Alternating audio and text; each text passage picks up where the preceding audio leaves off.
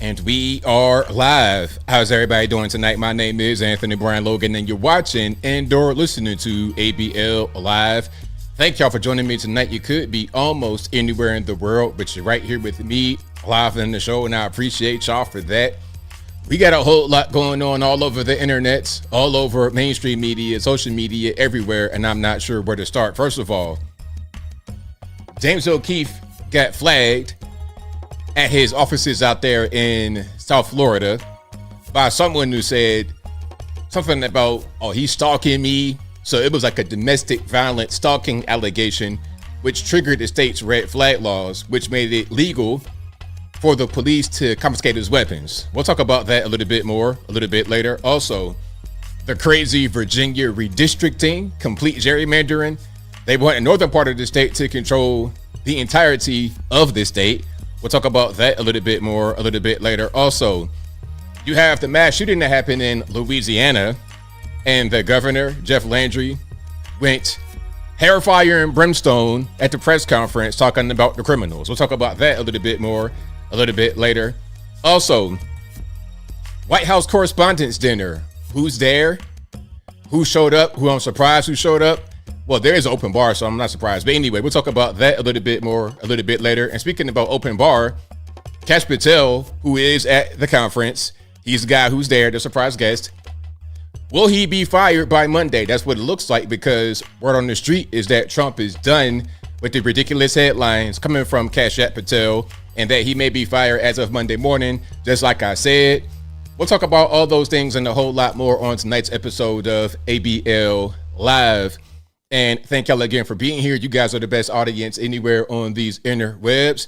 If you like what you're hearing thus far, please give the video a thumbs up, like the video, share the video, do all that good stuff. That'll help me out tremendously. You guys are the best. I appreciate y'all. I see y'all talking about the governor's accent. Oh, he sound like Foghorn Leghorn. He sound like Gambit from X-Men. Yeah, because he's from Louisiana. He's from Louisiana. You know, that's one thing that I see among like white ethnic groups and black ethnic groups in this country is it's less about race and more about class and where you're from, because he's white as white could be. Maybe you're French heritage because of the Cajun accent. I don't really know. But a white person from New York is like, what are you talking about, huh? What are you talking about? I can't do the Cajun. Mon chéri, mon ami, all of that, you know, it's different. It ain't the same. Although you guys are the same skin color, it's not the same culture. The dialect is different. Your native language from your old country is different. People are different. But what he said, regardless of whether he had a Cajun accent, Midwestern accent, California surfer guy, party dude accent, Florida, Virginia, West Virginia, Appalachian, whatever kind of accent he had, it doesn't matter, because what he said about the crime is right on point. Louisiana's weird. One thing I remember about the Hurricane Katrina back in the day, was it 2005? The New Orleans black criminals, because we're going to go there right now. We're going to get straight to the meat and potatoes, right? Straight to the meat and potatoes. The black criminals in the place like New Orleans, when they went to Dallas, they were behaving the same way they did when they were in New Orleans. But the things they were doing were not tolerated in Dallas. Therefore, they had experienced really high crime rate among themselves. You see, Dallas people were like, what's going on all these? Houston, Dallas, Texas people, but Houston and Dallas, they were concerned about the overwhelming nature of these people who commit crime just relentlessly. Because in New Orleans, the way that crime is punished is a lot of times 90 days in the jail. Okay, you cool off for 90 days, you come out and do the same thing again 90 days, because they think that system of governance of young black people actually works. They think that, oh, give him a little time out. Like you sit little Johnny in the corner, make him go like this, cover his eyes, and that's a time out, and that's going to work. But these guys, these street guys, it's nothing to do 90 days. They'll do that like it's, hey, I'm going to go ahead and rob him. I'm going to go ahead and shoot him. I'm going to go ahead and just I'm going to open fire in a mall food court, because if I get caught, it's 90 days, or I might not even go to jail at all. There's no fear of any kind of consequence. But in Virginia, we don't really do stuff quite like that. Not quite the way it is in New Orleans. We got a problem with black crime in Virginia too.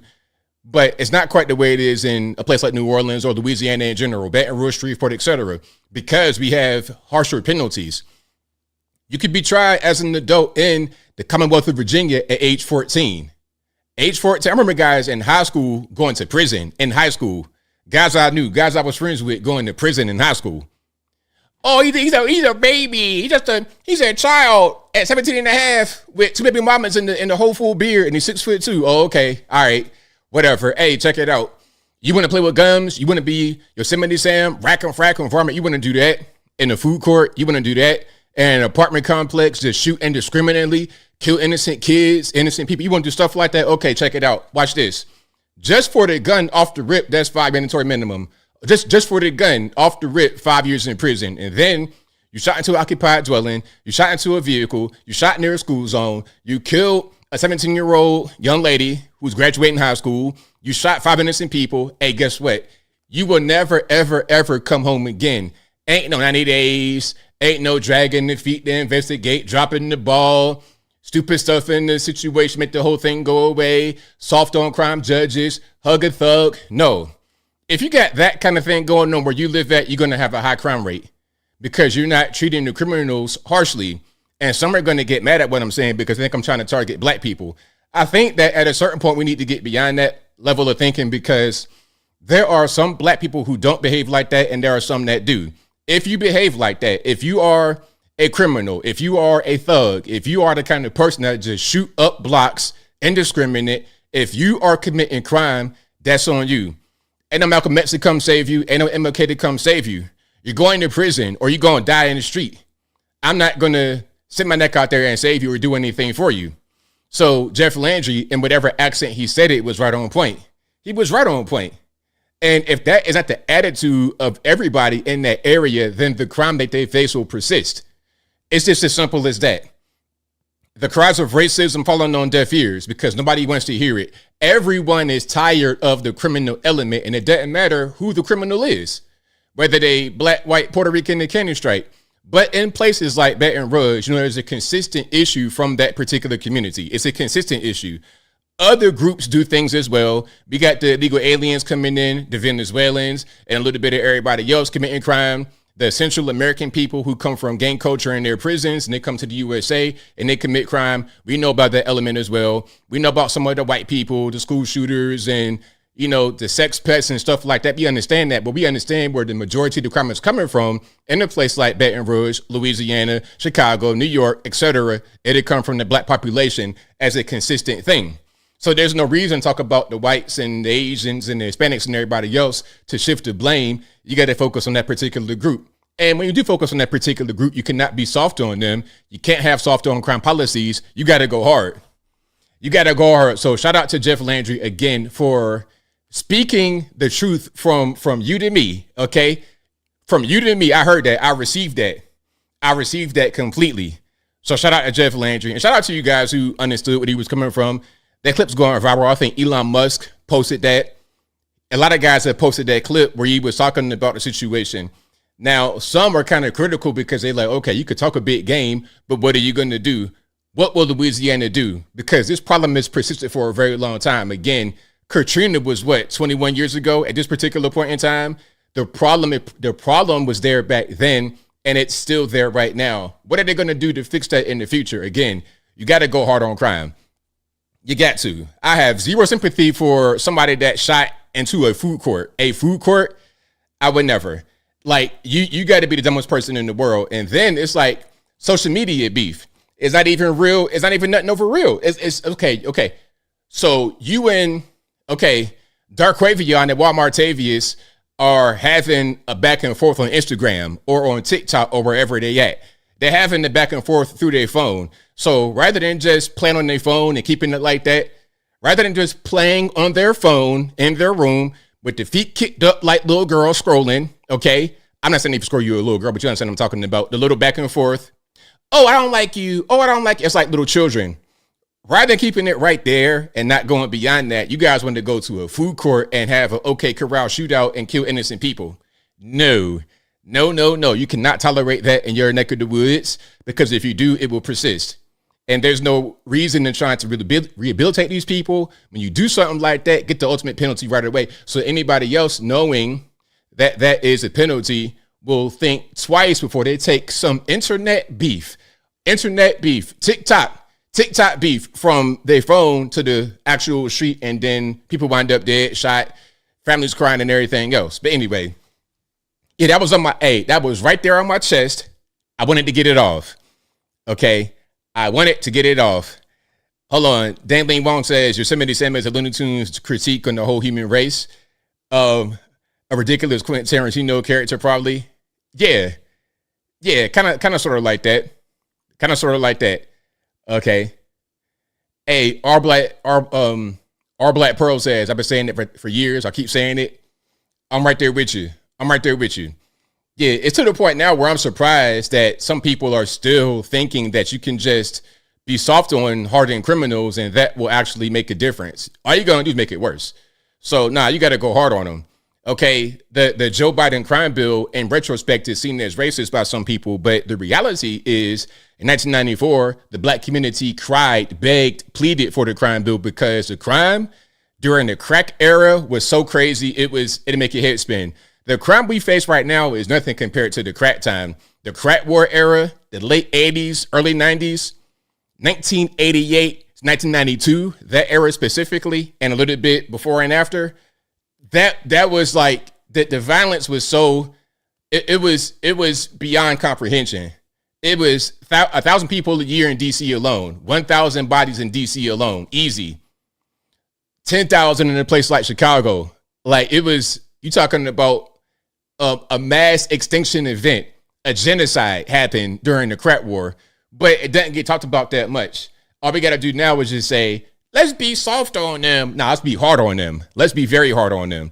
Okay, some of them guys that got 1,000 years in the penitentiary for selling crack, they deserved it, because if they were allowed to be outside, then they would commit a lot of terror. There would be a lot more deaths in the community because of their actions.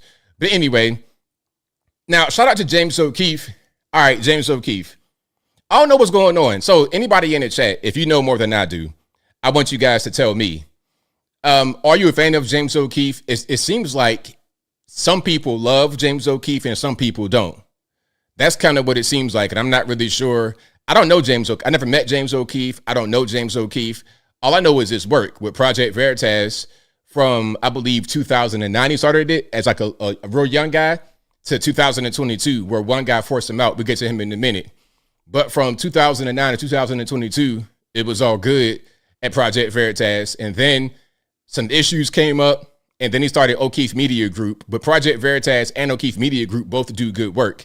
They do undercover investigations. And before I get to Cash Patel, okay, O'Keefe Media Group has paid informants who infiltrate people by the way of dates. They go on dates with people and they get them to talk. And then when they talk, they record it with audio, video, the whole 9 yards, and they post it as part of the expose.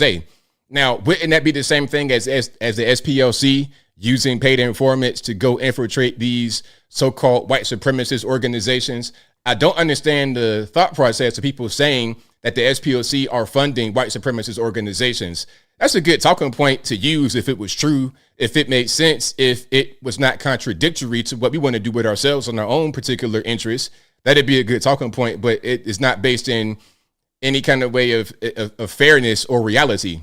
Because if James O'Keefe is using paid informants to infiltrate certain people's inner circle and to get dirt on them and to report that back to the general public, how is that different than what the SPLC does with paid informants or what they did prior to 2022? It's the same exact thing. That lawsuit or whatever, the indictment, the indictment will go nowhere, because exactly what I said, what happened, that people will come out and say that I wanted my dollars to be spent on that is happening. I think there was like 20 people that came out and said, yes, I paid the SPLC money. I donated to their cause because I wanted them to use paid informants to go infiltrate these so-called white supremacist groups. Exactly what I said would happen.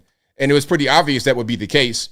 And again, if we say that we want them to not be able to use paid informants and prosecute them for doing so, then what about Project Veritas? What about Stephen Crowder? He does that too with the paid informants going undercover. So we would lose an advantage because we want to have them lose an advantage. That's called cutting nose to spite your face. It makes no sense.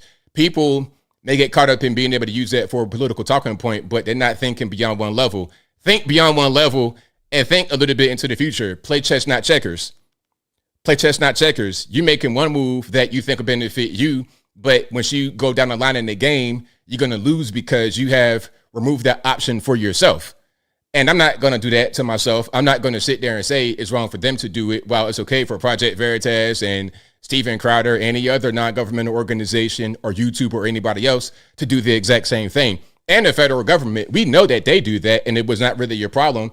I told y'all before that the federales are going to be in any kind of politically leaning group, any kind of group that could be seen by some as white supremacists, even if it's not. They were in Turning Point USA, and Turning Point USA does the Lord's work. But because some see them as being controversial, then they're vulnerable to bad actors coming in and doing things they shouldn't be doing and steering their ship in the wrong direction. And or there may be a thought that they could be doing something nefarious because they're political. They're going to have political operatives in your organization, and they're going to be everywhere. Kash Patel is facing that. All these unnamed sources. People are watching. You have no idea. People watch your every move. They study your habits, and you would never know.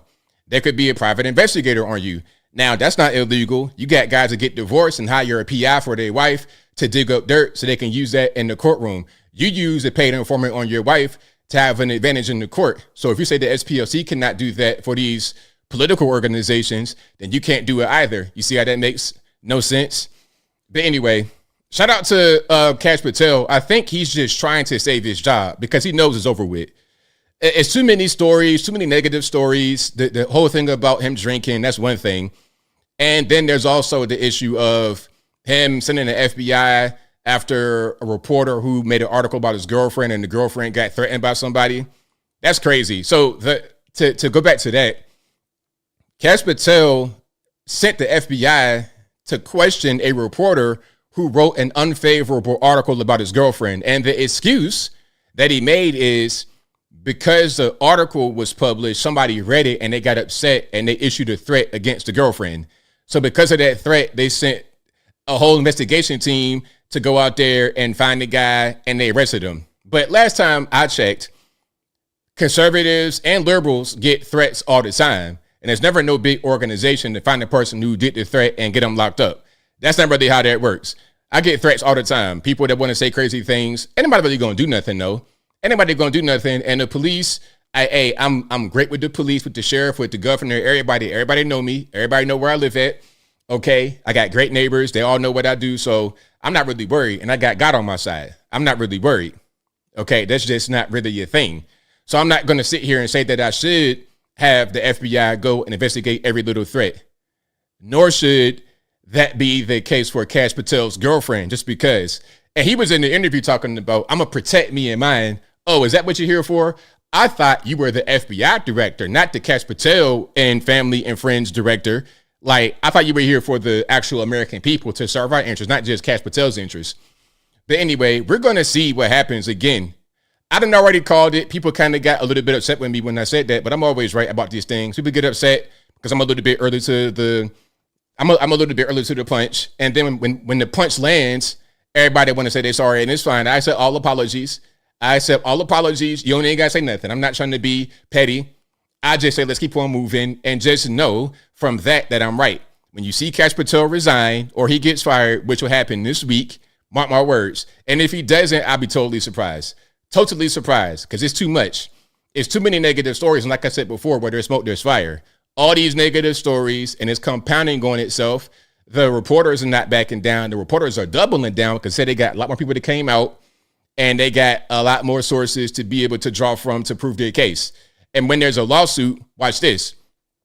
When there's a lawsuit, what do you have? A thing called discovery. And that discovery is going to be crazy. Hey, Kash, they're going to find some things on you that you had no idea could be found. And they already kind of gave you a warning because the Iranians hacked you. That was a warning right there. You want to keep playing like that. Oh, okay. They're going to dig up some crazy dirt. So I would suggest you just go ahead and resign so you don't got to do all that. Just resign, Maybe you might get a payout or not. Go back to your podcast like Dan Bongino did. Write a book, make some money on that. So you don't have to go through discovery and the embarrassment of having to get fired. You don't want to be like that one guy. What's his name? Joe Klein? Was that him? The guy that had the fake job whose wife died in Syria. And then he got remarried like 2 years after the wife died. Anyway, remember him? This guy gets fired kicking and screaming. Kicking and screaming. It's like, for what though? Why? Just go ahead and resign and figure out a way to go back to regular normie life. Be Dan Bongino. Dan Bongino got a lot of flack when left the FBI. Oh, you said you were going to find the Epstein files. You didn't find it. Ha, ha, ha. They did that, but his podcast is back up and jumping like it never left because there's still an audience that wants to hear Dan Bongino. Same thing with Cash Patel. Go back to the podcast, bro. What you're doing right now is just a little bit too beyond your pay grade. You got a chance. Thank you for your service. Thank you for stepping up to the plate and attempting this, but everybody not built for everything. Hey, everyone is not built for everything. Joe Kent, thank you. I said Joe Klein. Thank you, Tammy. Joe Kent. Yeah, that guy got fired kicking and screaming. Don't let that be you, Cash Patel. Get fired. Don't get fired. Resign gracefully. Matter of fact, okay, Cash, if you can hear me, this is what I would say. Here's my advice to you, how to go ahead and resign. Resign Monday morning, 8 a.m. Release a statement. Matter of fact, go on your podcast. Hey, you know what? That'd be great. They'd be return to the podcast. Friends, you know, I've been dealing with a thing since college. I've been battling this addiction, and I thought that I had it beat, but it just keeps getting me down. So, friends, what I'm going to do, I'm going to go to rehab, and I'm going to fight like I never fought before.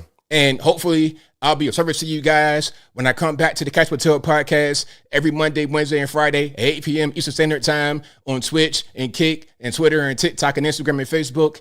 I'll be right back to you guys. Do that, and then we'd be good money. That's what I would say to Cash Patel. Anyway, so shout out to you guys. I appreciate y'all for rocking and rolling. Is something happening at the White House Correspondents' dinner? What's going on there? Okay. I don't really see too much, but I think I'm going to do a review on the White House Correspondents' dinner on tomorrow. So you guys, don't worry, I got you on that. And Cash Patel, speaking about him, is at the dinner. Have I gone Megan? Hold on. You guys saying something happened at the White House? What happened? Okay, I don't see anything. Ain't nothing breaking. What happened? If something happened at the White House, you gotta let me know exactly what it is, because I don't see anything. Guns drawn. Hold on. I'm asking y'all what happened. I don't see anything as of yet. Let me go to a live feed. I think some of y'all are just kind of trolling, or maybe you guys are misinformed. Okay, I don't see anything. I see a calm crowd. I don't see no guns drawn. I don't see no police. No. Ain't nothing happening. Hold on. Let me show you a live feed here. Hold on. Yeah, I don't see nothing. I think there's some fake stuff on Twitter, but this is a live shot of the event.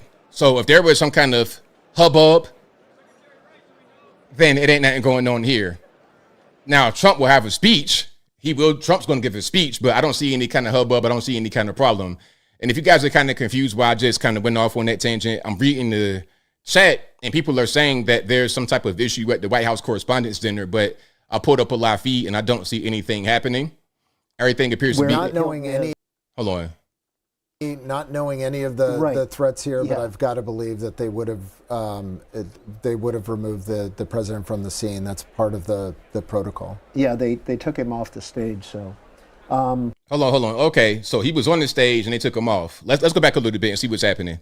Though that at least 2 protesters got into the lobby, and that shouldn't have happened. So Mike Dubke is a former Trump insider. Does the Secret Service have the last word, basically, on any travel? Basically, on anything that comes around any traveler movement of the president, absolutely. And they would have worked with the dinner organizers, with the hotel. This And this is a location in Washington, D.C. that's used every year for this event. So this is not a unusual place to hold a high level. Okay, I got something right here. Now, there was something, this is from Nick Sortor. This is somebody that is often quoted. And it said that there was possible shots fired. I'm reading this. I have the tweet on full screen so you can see the video in a minute. But his caption says, breaking reports of possible shots fired inside the White House Correspondents' Dinner. President Trump been rushed off stage and heavily armed USS agent jumped into action.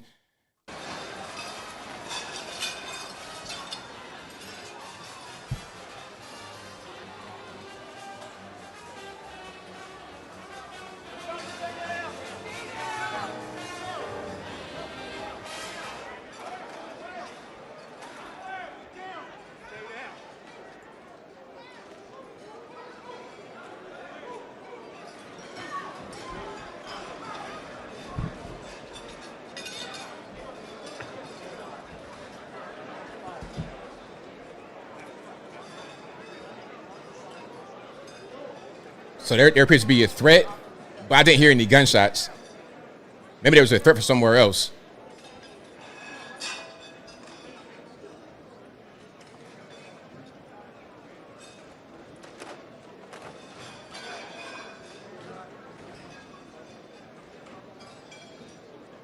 I thought it was an earthquake. Maybe that was the case, an earthquake. Nah, the caption I'm reading right here from Nick Sortor says, breaking reports of possible shots fired inside the White House Correspondents' Dinner. President Trump has been rushed off stage and heavily armed U.S. agents jumped into action. Pray for the president. So that is what happened right here. What I'm showing you is all that I have. It was a chaotic scene where President Trump was sitting up there just kind of talking. You got President Trump just up there, him and Melania, just up there talking. You got guys taking pictures and all kind of other stuff or whatever the case may be. And then here come agents rushing them off stage. So let me just show you guys that one more time if you were just now coming in. And if you're just now coming in, thank you for joining. But at the White House Correspondents' Dinner, there appeared to be some type of threat. I don't know what it was. Some say it was possible gunshot. Some say it was something else. I don't know what it was. But as Trump is sitting there before the dinner starts, before his speech starts, he had to get rushed off stage.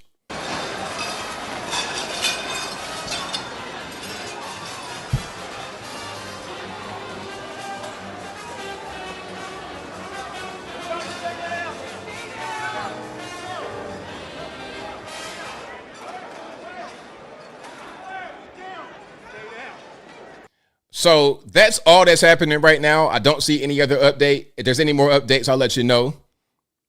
Okay. And who knows who it was? Who knows what happened? Somebody want to be funny talking about, was it Iran? Who knows? Maybe it was your greasy grandmama. Anyway, that's all I got for now. We'll see what happens a little bit later. That is, again, from the White House Correspondents. John here, who could also Is John McCardle there? Great. Let me talk to John. Here, right here. Thanks, Malika. Okay. Hey, John, it's Peter. You're on the air. And Hey, Peter. how close were you to the stage when this occurred, Peter, whatever we're this about, event was? Peter, we're about 4 tables back from the stage, and there's just a lot of confusion about what's going on. So I'll give you the sequence of events. Everybody's having their salads. Boom, boom, boom, boom was what I heard. And John, did they sound like shots, or was it just loud noises? The back of the room. At that point, John, you with us? Darn, I can imagine all the self-service going on there. Karen Bohan, what did you hear in that conversation? We'll hopefully get John back. So obviously, the guests in that room were very afraid. It's unclear, what the loud noises were. But as I was saying, Peter, there was a breach of security to some degree because I did see some protesters. And did that strike you as odd that they were in the hotel? So not only were they in the hotel, but they were on the red carpet. There's an upstairs red carpet where guests can go and get their picture taken. And there were 2 protesters there that had signs saying, "Arrest Pete Hegseth," and they were yelling. for an extended period of time. I was surprised that they weren't removed more quickly, and I was also surprised that they got in with those signs. Mike Dubke, give us some thoughts on what frankly, we've been talking it's about here. given the level of security at any event in Washington D.C. and the individuals that were at this event, for the most part, I've got to believe that the majority of them go through magnetometers almost on a daily basis. Yeah. So to hear that there were protesters there for a long period of time, that is very surprising. But these events are generally locked down fairly tight, and people arrive hours early to get to their table, to get in line, and to get through. So again, all of this, especially in Washington, and not being outside in a place where you might have local police or others who aren't used to this. This is a very controlled situation. Yeah, and we can see that everybody's remaining in the ballroom. All the guests are remaining in the ballroom. And John McArdle, who's at the dinner, and everybody is saying there were loud sounds. So not confirmed to be shots, but loud sounds, and that initiated this, what happened here. Hopefully at some point we'll be able to re-rack where we were in the tape and be able to look at exactly the sequence of events. Again, Oz Perlman was talking with Mr. and Mrs. Trump at the head table. They were having, some kind of a, whether it was a trick or not that he was doing, I don't know. And then all of a sudden, all hell broke loose. And I think we all saw the Secret Service running across those front tables. And it sounds like the cabinet, the Pete Hegseths, Marco Rubio's, the Sean Duffys, who are all there as well, have been evacuated, and no activity at this point at the head table, including all the journalists. So hopefully somebody will come out and give us an update of what happened. So Peter, the layers of security at the... All right, so that's what's going on right now. There's not too much more from that. There's not too much more of an update, but I'm going to keep that in the background. Again, if you're just not coming in, welcome at the White House Correspondents' Dinner. You got President Trump and Melania speaking to people on stage. Hold on, we got some movement here. Whether or not they're straightening the chairs. All right. I can't tell if those are Secret Service or if they're journalists. And this is only a speculation on my part that they're holding everyone in the room until they can make a decision as to whether or not they've gotten control of the situation or not. So that none of this seems, after these major events, this. And we will try to get John McArdle at the dinner back on the line, or somebody from C-SPAN to hopefully give us an update. The fact that everybody's still in the room says quite a bit, I guess, right? Mm-hmm. Yeah. Yeah. Okay. Well, especially a room full of journalists who want to go out and report what just happened. So exactly. I'm sure they're being held there by the service, and well, we'll keep an eye on that front table as well. So this is a first. It is a first. Yeah, this is never happened before, I don't think, in the history of the dinner. It's no, not to my recollection, but this is indicative of a level of political violence that we've seen the uptick of, and so unfortunately, I'm not sure anyone in that room is surprised. Hey, John McArdle, our C-SPAN colleague who was at the dinner, you are back on the line. John, you were going to walk us through the sequence of events. Go. Yeah, Peter, we were sitting here having dinner. They were serving a salad. And suddenly, boom, boom, boom, boom, 4 is what I heard from the back of the room. Everybody immediately just trying to figure out what's going on. When I look back to the front of the room, the Secret Service and the long guns and the military stage, President off the stage, the Vice President's off the stage. Everybody's still trying to figure out what's going on. It seemed to me it came over my back left shoulder into the exit that's to the back of the room. At that point, all the cabinet secretaries start to get hustled out of the room. Various groups of Secret Service are shouting out for cabinet secretaries, asking them to raise their hands, or at least calling out them. I don't know if they were saying raise their hands. They're then sort of climbing through the tables and chairs. Most people are down beneath their seats, and they're pulling out individual cabinet secretaries and hustling them out of the room. Other dignitaries besides cabinet secretaries were hustled out as well. It was more like state delegations as well. But at this point, it's everybody just kind of trying to figure out what's going on. I don't want to add to the mix. I've heard different things about what could have happened outside. Haven't seen anything myself. It's all what people are saying. I don't know who you are. All right, and we will take this as gossip and conjecture. Is somebody speaking at the podium? Not yet. Somebody's up there, though. John, what are you hearing as conjecture? This is conjecture. Yeah, I mean, that there. Unfortunately, John, you're cutting out. Once we find that one location and we get you back on the phone, don't move. You with us? Yeah, I can imagine all the cells. We'll get a better connection with John and we'll continue our conversation. So you've got 2,000 journalists in this room, all hearing things, conjecturing. Okay, what's really going on? We're going to figure it out. Again, if you're just now coming into the room, welcome. But at the White House Correspondents' dinner, President Trump and Melania were up here at the stage before his speech began, just having dinner and talking. And then all of a sudden in the room, there's boom, boom, boom. And Secret Service rushed to the stage. They rushed Trump and everybody else off the stage. And the journalists are still in the room. I think what they were saying earlier on C-SPAN is that they don't want anyone to leave because they want to make sure they got this under control. Somebody in there could have done this, had some kind of device on them. We don't really know. So there's some hustling going on now. They appear to be trying to get everybody back on the stage. I don't know. I don't know what's going on. I don't know where the noise came from. If there was gunshots, if there was a device that went off, I couldn't really tell you. But that's where we are right now. Given the number of cabinet secretaries that came to this event. Okay, you want me to switch to Fox? Let me go switch to Fox right quick. Y'all give me 1 second. Thank you for the tip. I appreciate you for that.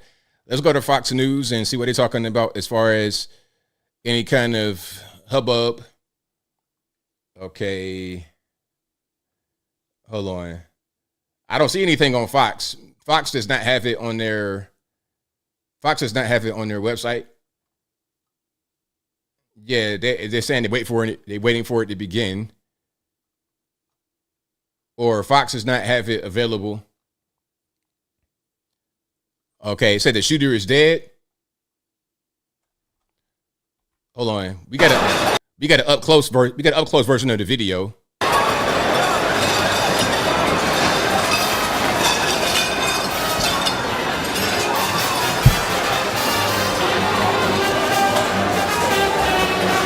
Let's go back a little bit.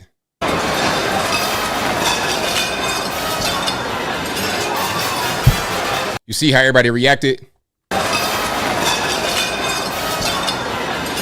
See, everybody reacted.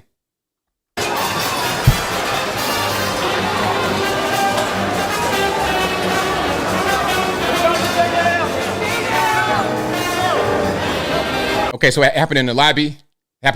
So what I'm hearing right now, you guys are telling me, and please give me a different place to go to. Let's go to NBC, see what they're saying. They're not saying anything.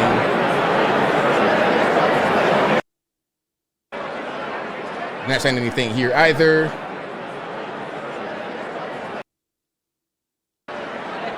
Media, ain't nobody really saying nothing, really. I think the place that was talking was C-SPAN out of anybody that was available online.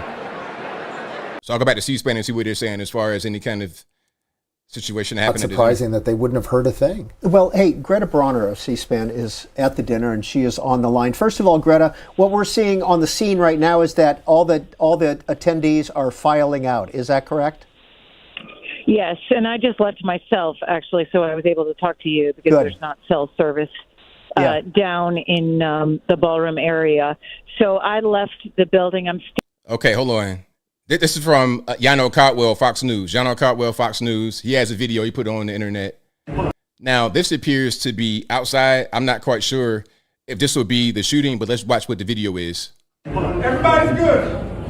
Nice. He said one shooter, two weapons. We got him. It is now a crime scene. Secret Service is in custody, has the person in custody. Everything's okay. One shooter, no, we know so far. So it looks like from this video right here, and again, this video is from John Caldwell of Fox News. Shout out to him. What it looks like is somebody got shot outside of the dinner area in the lobby.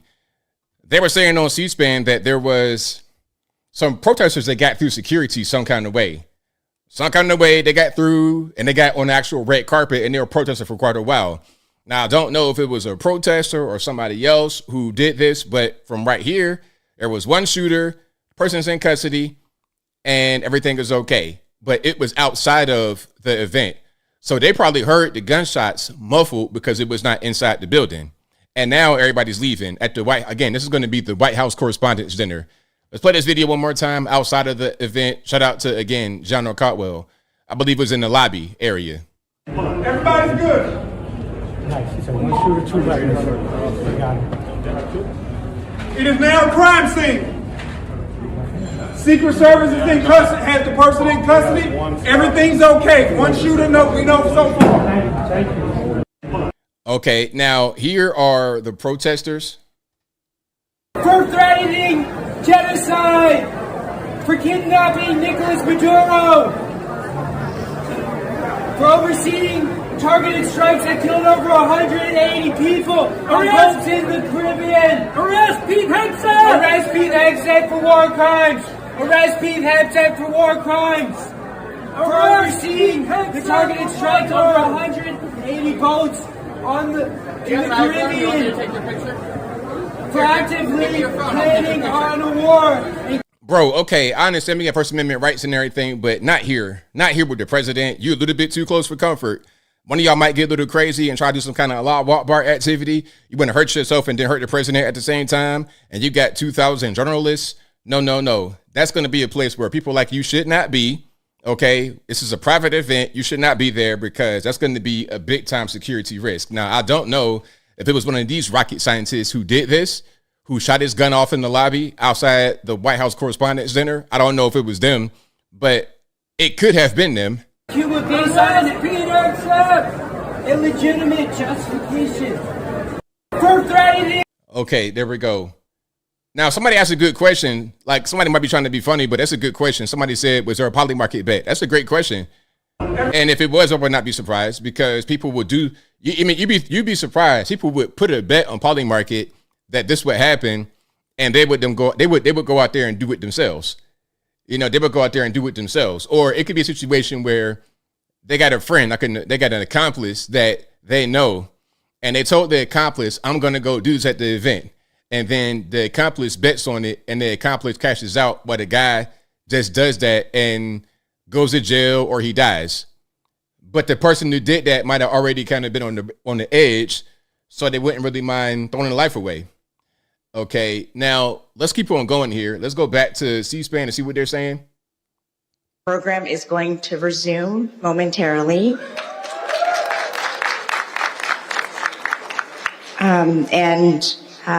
We will have more details to share also momentarily, but for now, please just be patient as we figure out just how much time it will be, but it shouldn't be that much longer. Thank you very much. Thank you. Okay, so I'm gonna run a little bit and see if there's any more that she said. Okay, let's go this way.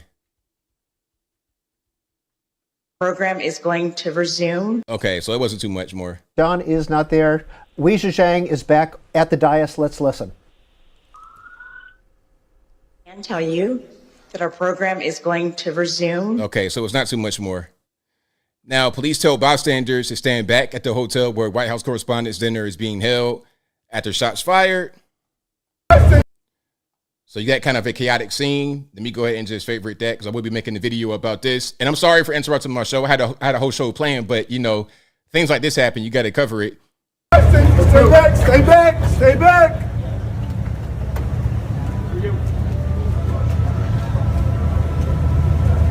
Ladies inside.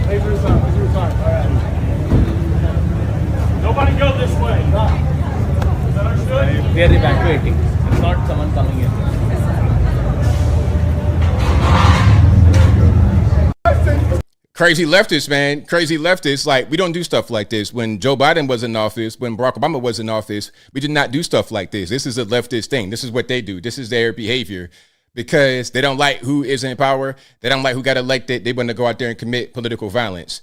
You want to try to hurt Trump, or shoot somebody? No, we're not going to tolerate that. And again, this just shows how intolerant the left are. Okay. That's what's going on. And again, that footage right there, that was some outside of the event, the White House Correspondents' dinner. Let me go back to C-SPAN and see if there's anything else. Hold on. Let's go back to C-SPAN right quick. See if there's any new information. Work here. Hey, Karen Bohan, who is our guest here, and not doing the program that we had predicted that we would be doing this evening. We appreciate you rolling with us. When something like this, as a reporter, when something like this happens in the middle of mundane activities, what happens at USA Today? So for any reporter in that room, whether they're USA Today or the Washington Post, they're thinking, how can I file a story on this? How can I get information out? And it has to be very frustrating because not only do they not know what's going on, but as we talked about earlier, cell service is terrible in that ballroom. It's awful. Yeah, so Greta is out. Our Greta Bronner is out, and she's on the street, and she was able to hear us. So, one quick ahead, thing. Mike. I've noticed they haven't taken the seal off the podium. That is unusual. If the president, and they are measuring the teleprompters. And what does that tell you, Mike Dubke? It tells me that the president might actually be coming back. Really? I would be incredibly surprised if that happened. Please come back. Would take the seal off the podium and you would not be measuring your teleprompter distance. So that was an interesting. Hey, John McCardle, shot. I don't know if you heard Mike Dubke saying that, but the seal is still on the podium and they're measuring the teleprompter. Is the president coming back? So we're told that the program is going to continue. I don't know if you heard Wei Zhejiang. We did. She made that announcement. You're right, the seal is still on the podium. Just a few minutes ago, probably about 10 minutes at this point, they were trying to get all the reporters to leave out of the door behind me. I don't know if you saw the shot, and many of the reporters did. But as that was happening, one of the members of the White House Correspondents Association came out and said that the dinner is going to continue. And then you heard Wei Zhejiang saying that everybody obviously wants more information. She'll have some more information, but they're getting a signal now that it seems like the program is going to continue, Peter. John, you're still in the ball? Hey, you can't stump Trump, man. You can't stump Trump. Y'all try to shoot him. Y'all try to do whatever. You can't stump Trump. No, it ain't happening. Emptied out. Hey, Trump, come on back. Come on back and give a speech about what just happened. Speak about it, talk about it, and don't let them get you off of your square. Everybody is still at the tables to the center and on the left side of the ball. How much, not damage or destruction, but how much did the Secret Service leaping over those tables disrupt the setup? Yeah, I don't know if you saw that, Peter. They were coming through, knocking chairs out of the way. John, they weren't real concerned about tables or glasses, obviously. But there was a decent amount of tables and chairs that had been flipped. I only saw one person who was being carried out who seemed to have some more leg issue. I don't know if that happened with the Secret Service member leaping over them or leaping on them. But one person was injured leaving, and they were escorted out by a Secret Service member with a gun. Terrific. Hey, CNN is reporting that a shooter is in custody at the Correspondents' dinner. Greta, have you seen any activity outside? You said you mentioned a large police presence. Yes, there are several police cars. There's law enforcement outside of the exit that several of us went through. I'm here with Jonathan Allen, NBC political producer, and he just told me that he's leaving. He does not plan to come back. Jonathan Allen, can you just tell us what you saw when you were in the ballroom? Sure. I didn't see a lot. What I heard was a couple of percussions that sounded like gunshots. If anybody's heard a gunshot before, pretty clear. However, it was somewhat distant from the ballroom, or appeared to be some buffer in terms of the sound. And then the room got basically swarmed with law enforcement officers, screaming for everybody to get down. I saw Secretary of Health and Human Services RFK Jr. Whisked away on one side of the stage. The president obviously was removed very quickly. The Defense Secretary, Pete Hegseth, moved through a center aisle. Speaker of the House, Mike Johnson's wife, was under a table for a while. He had been spirited out by his security, and then they had to go back and get her. Obviously, a very mortifying moment for everyone in the room, but very difficult to see what happened, in large part because it appears to have happened outside of the ballroom that everybody was in. And Greta, I'm going to give it back to you. Peter, as you just heard from Jonathan Allen, from his perspective of what happened when... All right, I'm going to pause right here. I got a video that this is from Fox News.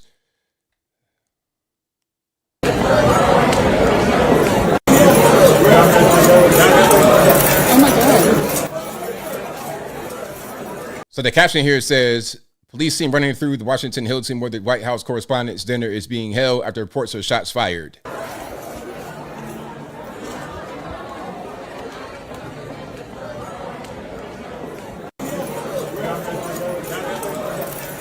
Now, if you're just not coming in, what happened was at the White House Correspondents' dinner, when Trump and Melania were at a table eating before the speech began, someone got shot by Secret Service out in the lobby. Now, I don't know if the person had a gun themselves. I don't know what happened with that.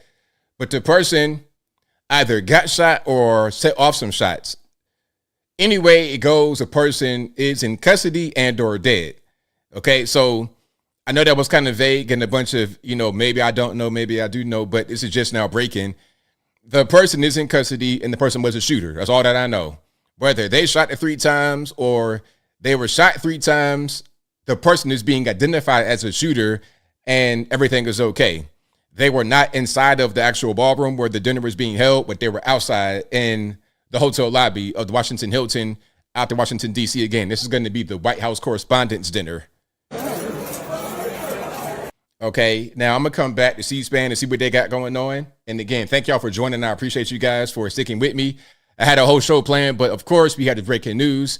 And what will probably happen is, although the event was paused, Trump will come back and deliver his speech. So if that happens, I'm going to cover it. Again, I had a whole show planned, but why not just cover this? Now, let me go right here back to C-SPAN and see what they're talking about. Looking at me towards the emptier side of the room, you can see behind me that most of the room, most of the reporters and the folks here are still waiting around because the folks sitting in the door when the secret... He's kind of glitching out a little bit, but let me just jump in right quick. So when this whole thing happened, initially they were telling the reporters to leave out of a particular door, but then they were told that the event was going to go on, and they came back out there. They set the chairs back up, right? They were setting the plates and everything up, right? They're setting a teleprompter, they're measuring it, and the seal was still on the front of the podium, which means that Trump will still be there. If Trump was not going to be there, then that presidential seal right there would not be on the podium. So it looks like he's going to return. When he's going to return, I don't know, but the show will go on.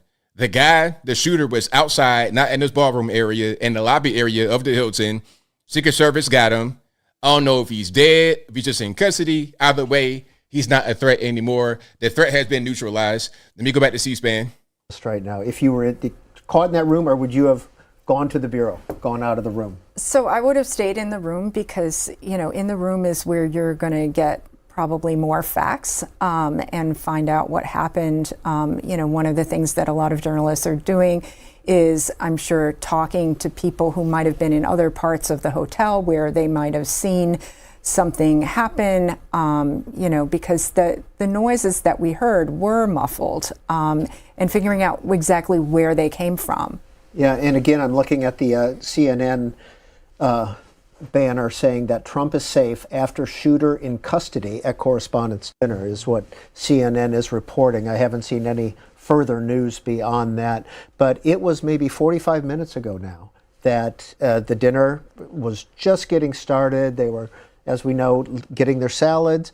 Oz Perlman, the mentalist, was talking with Mr. and Mrs. Trump on the podium. Let's watch what happened again.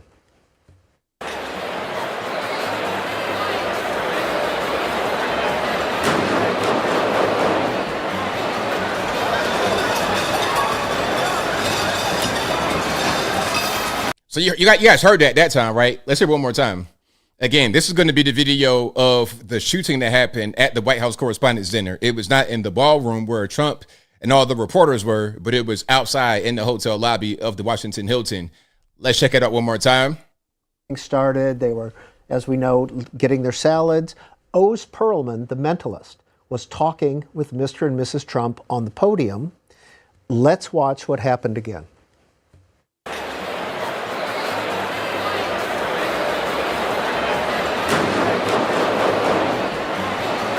So I heard boom, boom, boom, boom, boom. I think I heard 5 shots.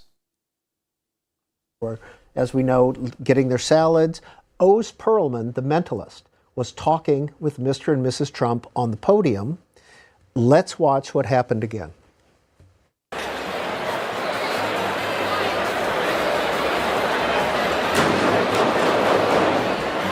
That's about 5 shots right there. Now, it was muffled because it was outside of the actual ballroom. So you don't really see Trump react, Melania and others. Nobody reacts because you couldn't really hear it. I think when they saw Secret Service rush on stage, then it was like, oh, okay, we got a problem.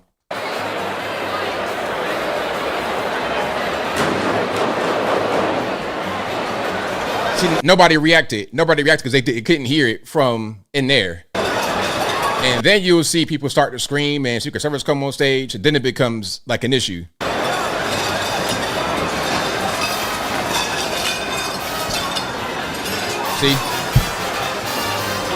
See, then at that point, Secret Service is on stage and you hear plates rustling and people are kind of like, what's going on?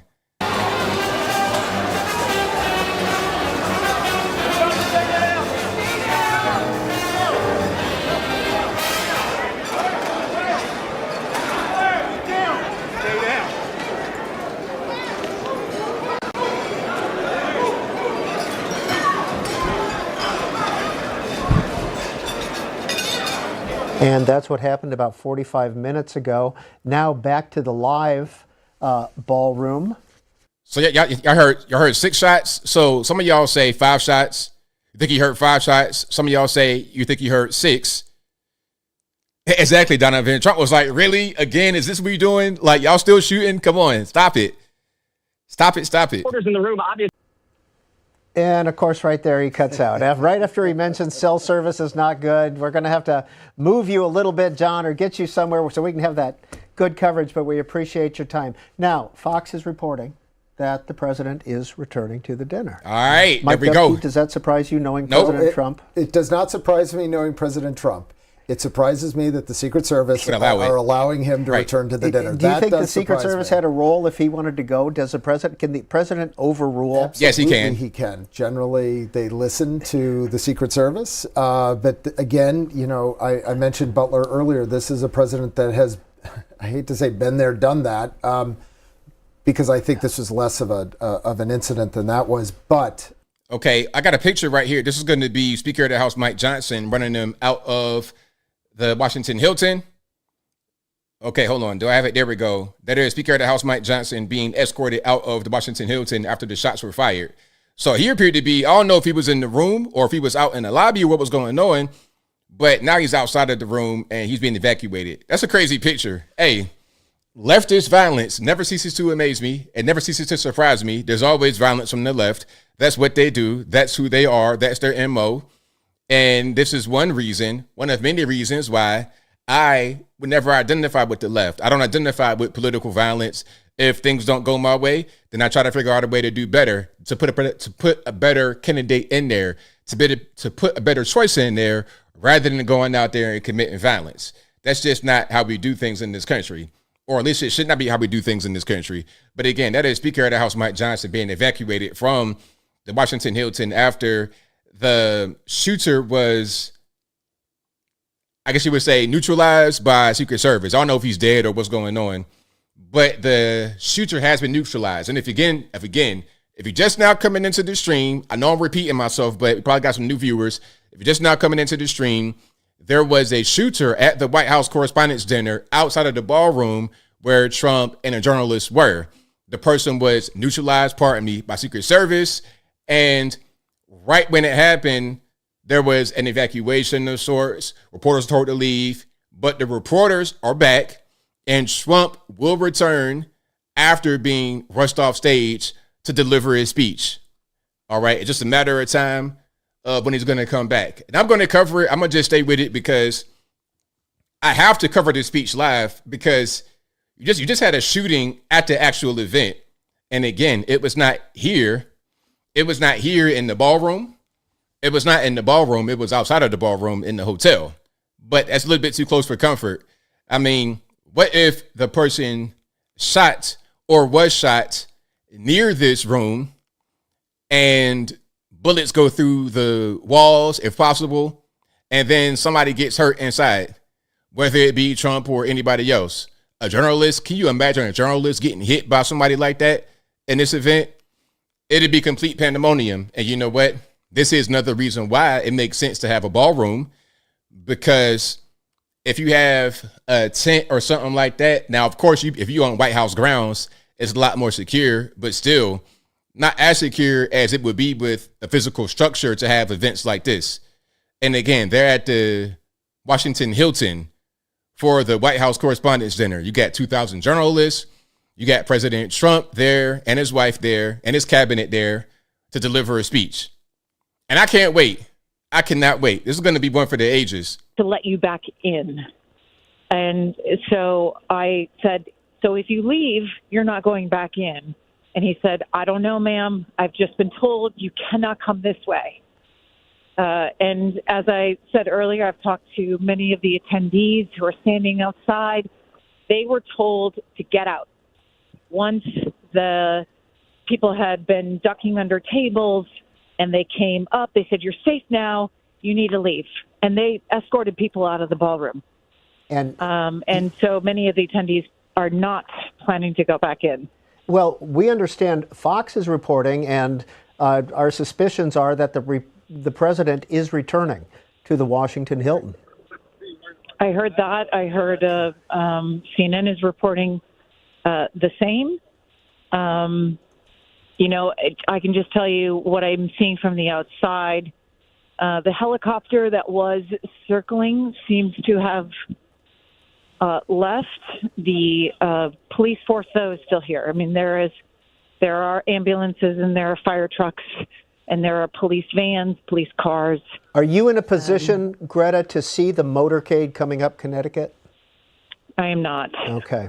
All right. I'm not. I'm heading toward Connecticut right now, but Okay. I've been on the backside of the Washington Hilton. And the White House is now confirming that the president is coming back to the Washington Hilton. All right. So there will be some type of a program this evening.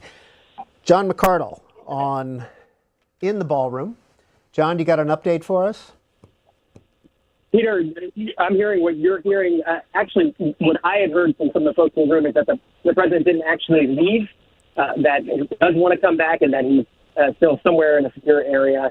Here, again, that's part of what's happening in the room. I'm also joined by Jasmine Wright.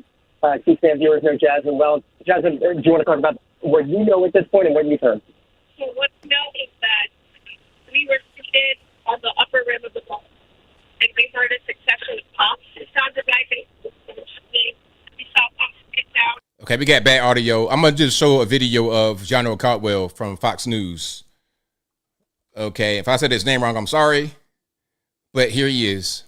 Tonight, I witnessed 4 shots rang out of the International Ballroom. The doors sprang open, Secret Service running everywhere. There was an individual on the ground. I'm not sure if that person is dead, if that person is shot, injured, whatever the case. The journalists that were in the room, the camera operators, they scrambled. People touched the ground immediately. There's a very high energy around here. People are very scared for what is the cause of this particular shooting. So hopefully there's prayers that no one in law enforcement or any innocent bystanders was hit, but this is a very, very scary situation for so many of us here at the Washington Hilton for the Washington Correspondents' Dinner. That's crazy. So again, that is going to be Fox News reporter, Fox News host John Caldwell talking about what happened at the White House Correspondents' dinner. He said he witnessed 4 shots ring out. Now, from what we heard, it sounded like it might have been 5 to 6. Maybe the shooter got off 1 or 2, and then they shot back. I don't know. But he says he witnessed, because he was there at the dinner, he witnessed 4 shots ring out at the Washington Hilton, which is where you have in the White House Correspondents' Dinner. And again, it was not in the ballroom area where Trump, Melania, the cabinet, and the journalists were, but it was outside of that particular area. Let's go back to C-SPAN. But obviously, I think the one administration officials still left in the room today. Okay, we got really bad audio there. Really bad audio there. But if you're just now coming in, Trump will return. Trump will return, according to the White House, because when the whole thing happened, of course, he was rushed off stage. But Trump will return. Okay, we have more video here.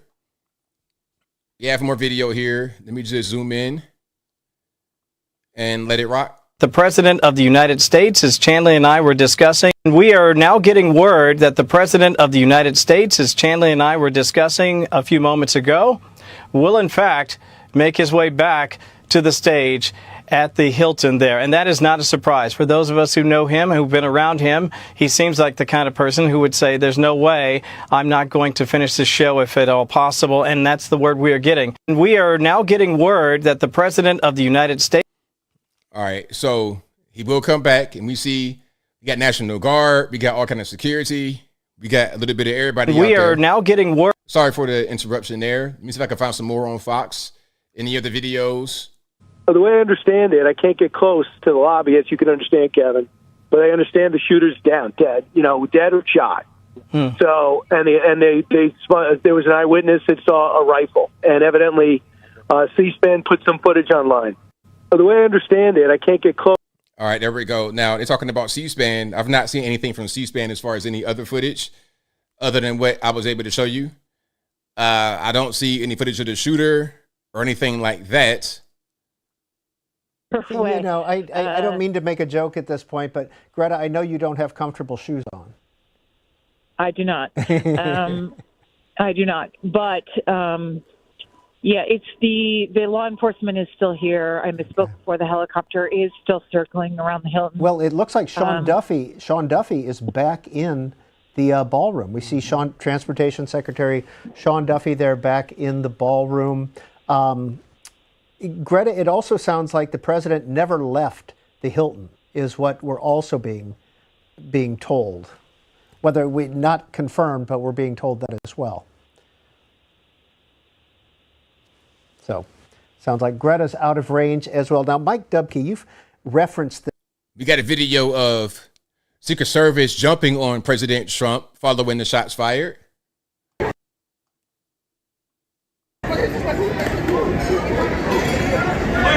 Let's go back a little bit.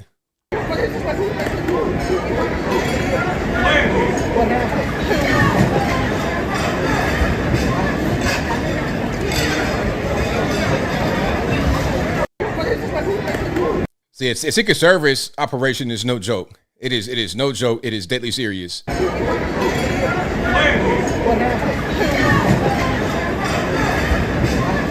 Hey, just right now, since I'm here, shout out to the first responders, National Guard, police, military, Secret Service, whoever is there, any first responders who ran toward the trouble, who dealt with the trouble. Shout out to all you guys. Because without y'all, I mean, without you guys, without law enforcement, without first responders, the world, this country at least, will most certainly be in chaos. It'd be chaos because these ridiculous leftist people who always want to engage in violence would do this just unimpeded. They would just wreak havoc all over this country. More than what they do right now.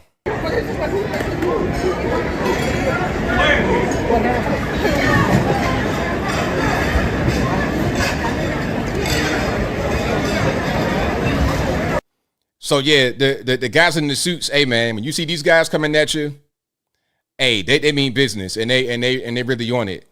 Now my question would be, how did a gun get into this particular place? How did the gun get into the hotel at all? This place is super locked down. If you guys have ever been to anywhere where Trump's going to be, like an event, a White House, you got to do a background check. Yeah, hey, I've been to places where Trump spoke at probably about 4 or 5 times. Hey, you want to go to, I think even to go to the rally. I don't know about the rally, but I know we saw him one time in Atlanta, and you had to actually give a social security number and all of that to do a background check before you go. And on the way in, it's metal detectors, it's all of that. You cannot just go into a place like that where the president is going to be. That's just not how it works. Some say it's theater. I mean, everybody's going to have their opinion about nothing being real, a doomer, not believing anything. It's fine. You know what I mean? That's just kind of how it goes. Okay, we got a post from Trump on Truth Social. We got a post. Hold on, let me read it. So let me zoom out a little bit so you guys can see. Okay, it says, hold on, let me see if I can do it this way. Well, that ain't really help. Anyway, it says, quite an evening in D.C. Secret Service and law enforcement did a fantastic job. They acted quickly and bravely. The shooter has been apprehended, and I have recommended that we let the show go on, but will entirely be guided by law enforcement. They'll make a decision shortly. Regardless of that decision, the evening will be much different than planned, and we'll just have to do it again. President Donald J. Trump. There we go. Okay, so that's what's happening. That is a post right now from President Trump on Truth Social about the whole thing that's going on. All right. And so that signals to me that he wants the show to go on, but if it will or not, I guess it depends on what the government are going to do. No, it's only 9:20. I have, unless my watch is stopped. No. You are correct. Okay. I apologize. I'm trying to tell military time here in the studio clock, and that's not going to be successful. My math skills are off. So let's check. We've got 2 C-SPAN journalists, one in the ballroom. That's John McArdle. We got Greta Brawner on Connecticut Avenue outside the Washington Hilton. Greta, do you have any updates for us? I have made my way to Connecticut Avenue, Peter, and I'm listening to all of you. I heard what the president posted on Truth Social, and it will be interesting to see if the show goes on, what sort of attendance there is. Folks are filing out. They are, trying to find Ubers, walking blocks, because this perimeter has extended from what it was when we arrived here this evening, and you no longer are allowed to access the Hilton. I'm about 1 block off of the Hilton. It's roped off. I do want to add one bit of, color to the evening when we heard the Secret Service tell folks to get down. When the room fell to a hush, I was looking up from my table, and Senator John Fetterman, I don't know if he was on C-SPAN camera, he was standing up the entire time. I mean, the room of people at the tables were most everyone was ducking down following the orders that they were hearing around them. But Senator John Fetterman was standing up. He was looking around the ballroom. He was watching as the cabinet secretaries were whisked toward the dais. I found it very interesting that's how he observed the situation. Hey Greta, I know when we've replayed now a couple of times the incident itself, and Karen Bohan and Mike Dubke on the set with me, we could all hear the boom, boom, boom, boom. Did you hear it when you were in the room? Was that to me, Peter? Yes, ma'am. Yes, I did not hear gunshots. What people have described as what they thought were gunshots. I did not hear that. I heard what sounded like a tray clashing to the ground. People shouting, "Get down, get down." And when I turned to look at the dais, as I said earlier, the president, first lady, the vice president, they were gone. it happened incredibly quickly. And then you couldn't, from where we were at, you could not see where there was a person in the room or a suspect in the room. Everyone was down. The room was pretty quiet. And okay, we got Wolf Blitzer. He said that he was just feet away from the White House Correspondents' dinner shooter. Says he was thrown to the ground by a police officer. Okay. Yeah. Again, it's going to be Wolf Blitzer, CNN. I can hear you fine. It's very, very worrisome what happened. Just coincidentally, after they served the appetizers, I walked out to simply go to the men's room, but you have to walk up these stairs and walk out, and which I was doing. And as I was walking back towards the door to get back into the big area where the event was taking place, all of a sudden, I start hearing gunshots in the hall right near me. And the next thing I knew, a police officer threw me to the ground and was on top of me. And I was listening and watching what was going on. And apparently they got the gunman who had a major weapon there. But it was so worrisome. The noise was so loud in a small area. And all of a sudden I'm seeing gunshots. And then they grab me, the police officers, and they take me back into the men's room where it was safe. And there were about 15 other men who are stuck in there, and they won't let them out. And that's what happened. And then after a while, they let me out, and I'm out now. I'm not back in the ballroom, but everything is apparently closing down. Very scary incident. All of a sudden, a guy with a weapon, and it was a very, very serious weapon, he starts shooting, and I happened to have been a few feet away from him as he was shooting. And, of course, the first thing that went through my mind is he trying to shoot me. And I don't think he was trying to shoot me, but I was very close to him as the gunshots were fired. And it was very, very scary, but I'm okay now. Wow. Again, that is Wolf Blitzer, CNN, said he was there. He was right there when the whole thing happened. Now, what I'm reading right here, and pardon me from freezing. I know I got a freeze frame right here, but what I read over on, this is on Fox. What they said on Fox was that the guy charged the magnetometer, like the metal detector. He charged that. Like, he charged running at the magnetometer, and then he opened fire at a Secret Service agent. That's what I'm reading right here. Let me go ahead and just play this clip from Fox, and let's have that be, hold on, give me 1 second, because it's just, I'm doing it on the fly. Okay. Again, we're over on Fox. This is going to be Hannity on the phone. Sean Hannity, Fox News. I have been in touch with top officials at the White House. This is what I can tell you. And the details are actually pretty specific now, that the shooter charged the magnetometer closest to the front door, took a shot at a uniformed division service agent. And he, at that point, they don't know whether they haven't confirmed if he's alive. Yeah, the shooter is in custody, I'm told. At this point, everyone is okay. And the last thing I can tell you is that, the White House does not want him to go back, but I'm sorry, what? I'm having a hard time hearing. And anyway, the president does want to go back. The shooter took a shot at a Secret Service member just at the ballroom, which, Kevin, you raise a good point. How did he get it to that point? The agent returned fire. Nobody knows for sure at this moment whether he's alive or dead. And then it's created chaos in the room. But what we can tell you for sure is that this was, multiple shots at the closest magnetometer closest to the front door, and took a shot at a uniformed division Secret Service agent. And anyway, at that point, we don't know the condition of him for sure. We do know the president was escorted to safety.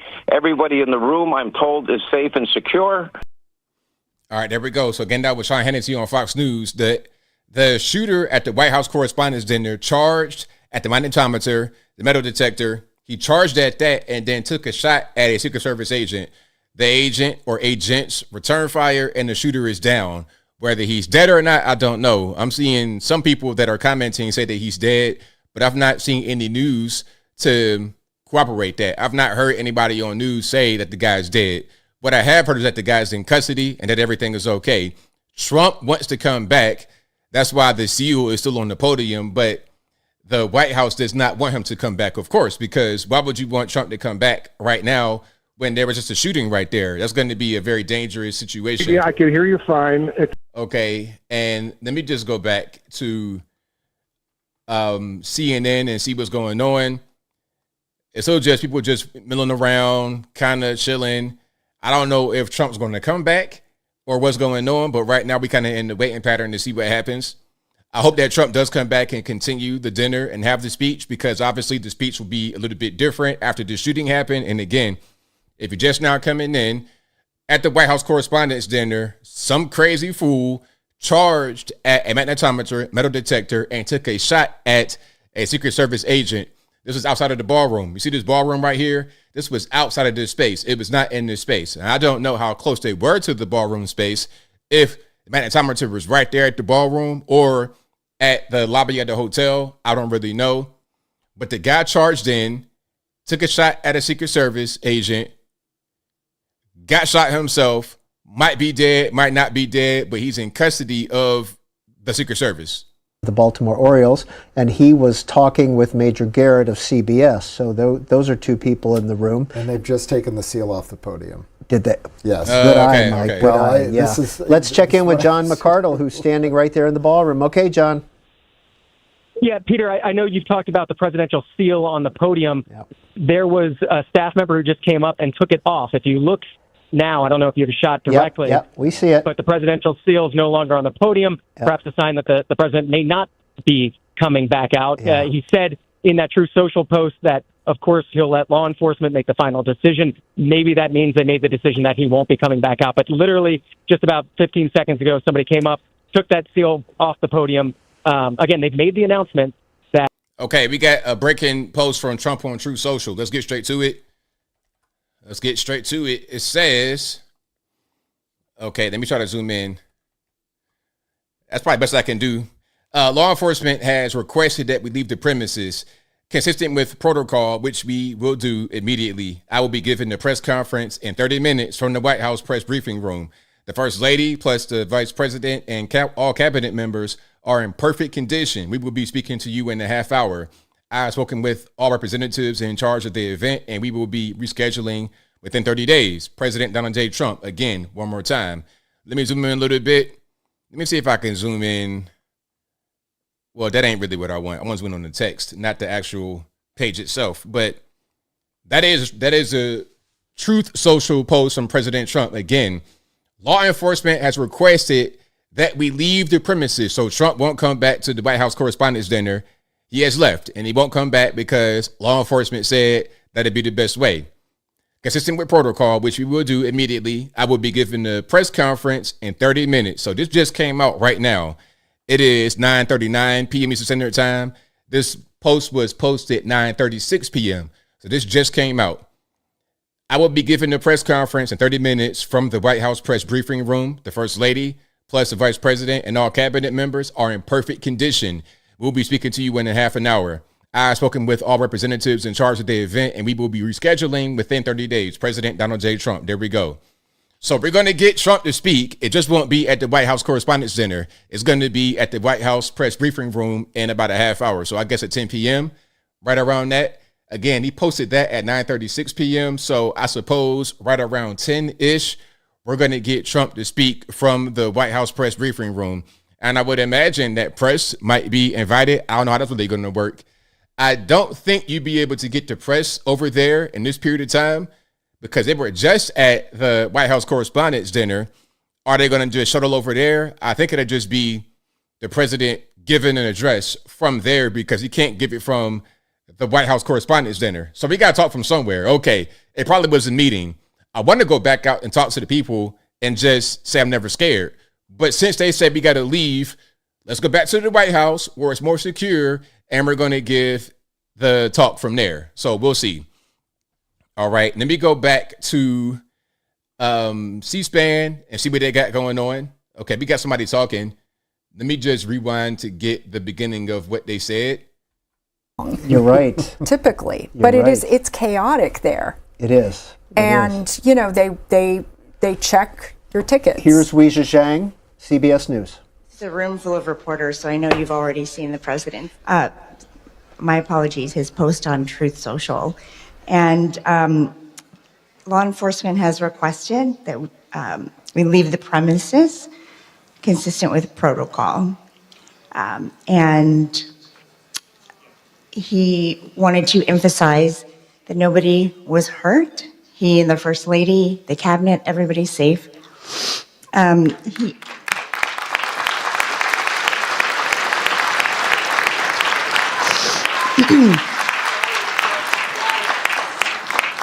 The president will be having a press briefing at the White House in 30 minutes. That is not a joke. And he insists that we will reschedule this event in the next 30 days. And that he wanted to do it tonight. He wanted to continue despite the news, but has to follow security protocol. I said earlier tonight that journalism is a public service because when there is an emergency, we run to the crisis, not away from it. And on a night when we are thinking about the freedoms in the First Amendment, we must also think about how fragile they are.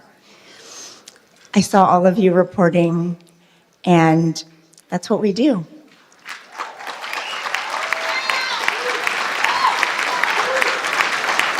So, thank God everybody is safe. And thank you for coming together tonight. We will do this again. Thank you.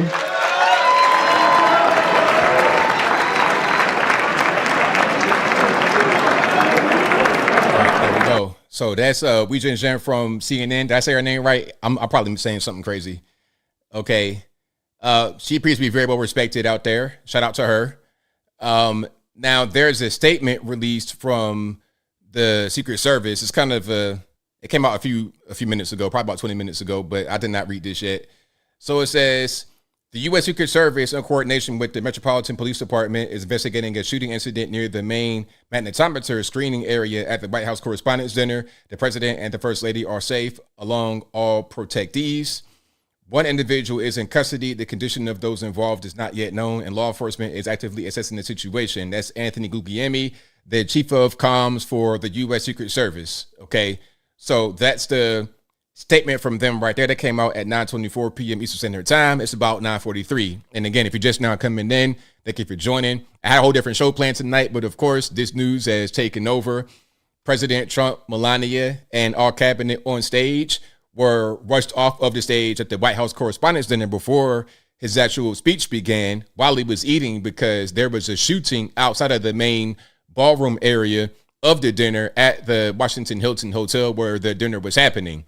2,000 journalists, the president, first lady, vice president, speaker of the House, the cabinet were there. They're all safe. Everybody's fine. The only person injured, from what I know, maybe Secret Service got injured because the shooter shot at Secret Service. I don't know if he hit the Secret Service or not, but the shooter himself was shot. I don't know if the person is dead or alive, but the person is in custody, and there appears to be no problems. President Trump wanted to come back to this event and give his speech like normal, maybe with a little bit of adjustment because of what happened, but rather than doing that, he will have a press conference, or he will deliver a talk of some sort at the White House press briefing room at the White House instead of the Washington Hilton at the White House Correspondents' Dinner. They're going to reschedule it in about 30 days or so, says the president. So that's where we are right now. And again, shout out to Secret Service, shout out to all the first responders in the building. And you can see here, everybody's pretty much leaving, trying to catch an Uber, trying to just, get up out of there after this whole thing happened. Nobody inside the ballroom was hurt. The shooter did not breach the ballroom. I'm not quite sure how far he was away from the ballroom. They said the main magnetometer. Where was main magnetometer? Was it right at the ballroom entrance? I don't think so. I think there would be a layer of security between the immediate ballroom entrance and the actual hotel itself. Probably at the front door of the hotel, you got to go through metal detector to see what's going on. They're probably going to check you right there.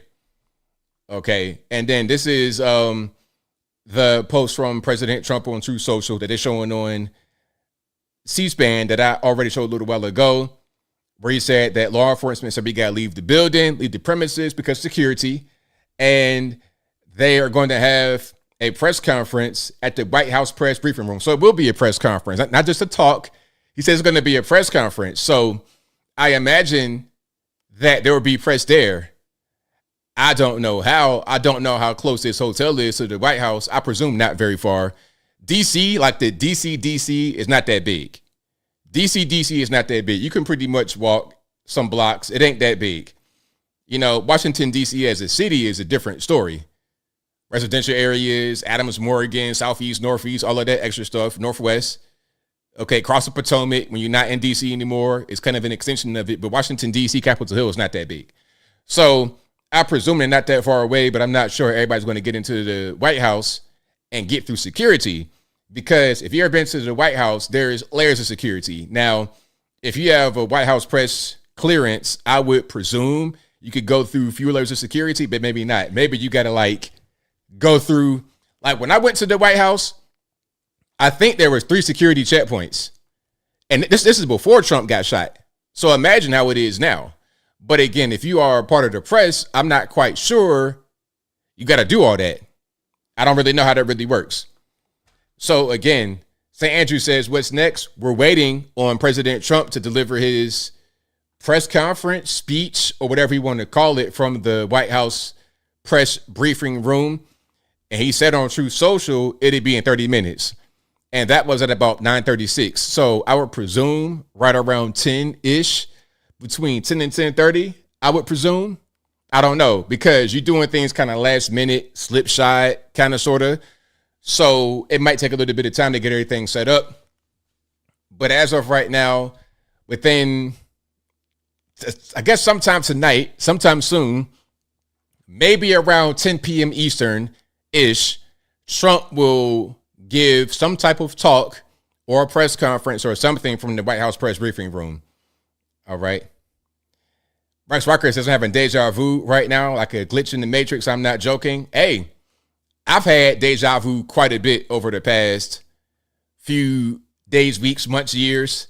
I've had quite a bit of deja vu. Absolutely. So you're not alone. I'm right there with you. And I'm not joking. I'm not trying to pander or anything like that. I'm not being facetious. I'm being very serious. But shout out to you guys for watching. I appreciate y'all for joining. I apologize for not doing my regular show tonight, but it's not my fault.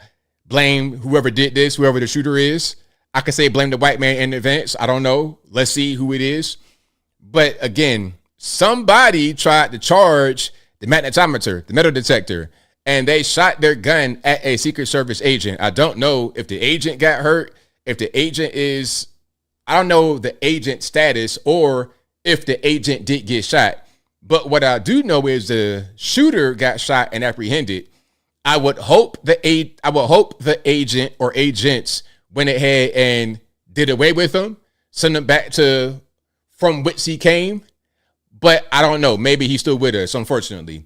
Maybe the shooter is still with us, unfortunately. I don't know his status.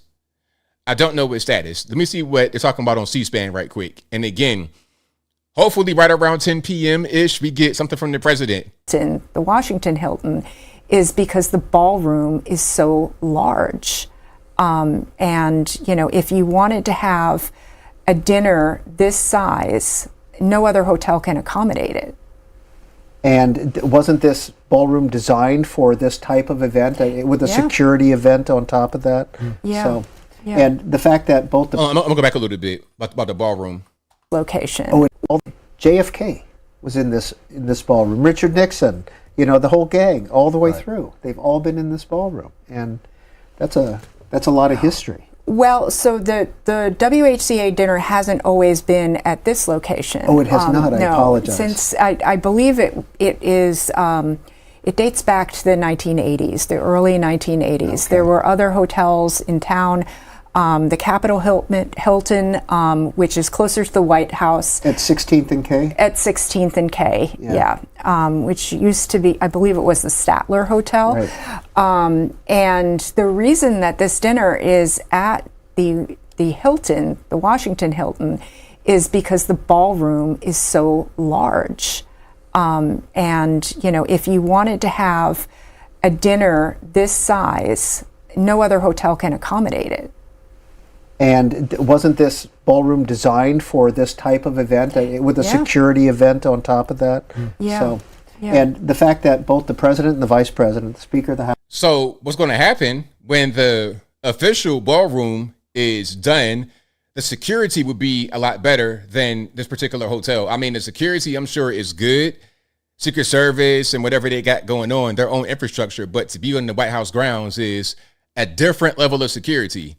A different level. You're not even going to be able to get to a point at all to charge a magnetometer. There's going to be several layers of security. You're not going to be able to just go bogart it and do whatever you want to do. It's not going to happen. So again, when our president finishes the White House ballroom, these kinds of scenes will be minimized, if not all the way eliminated, because of the superior security of the White House grounds.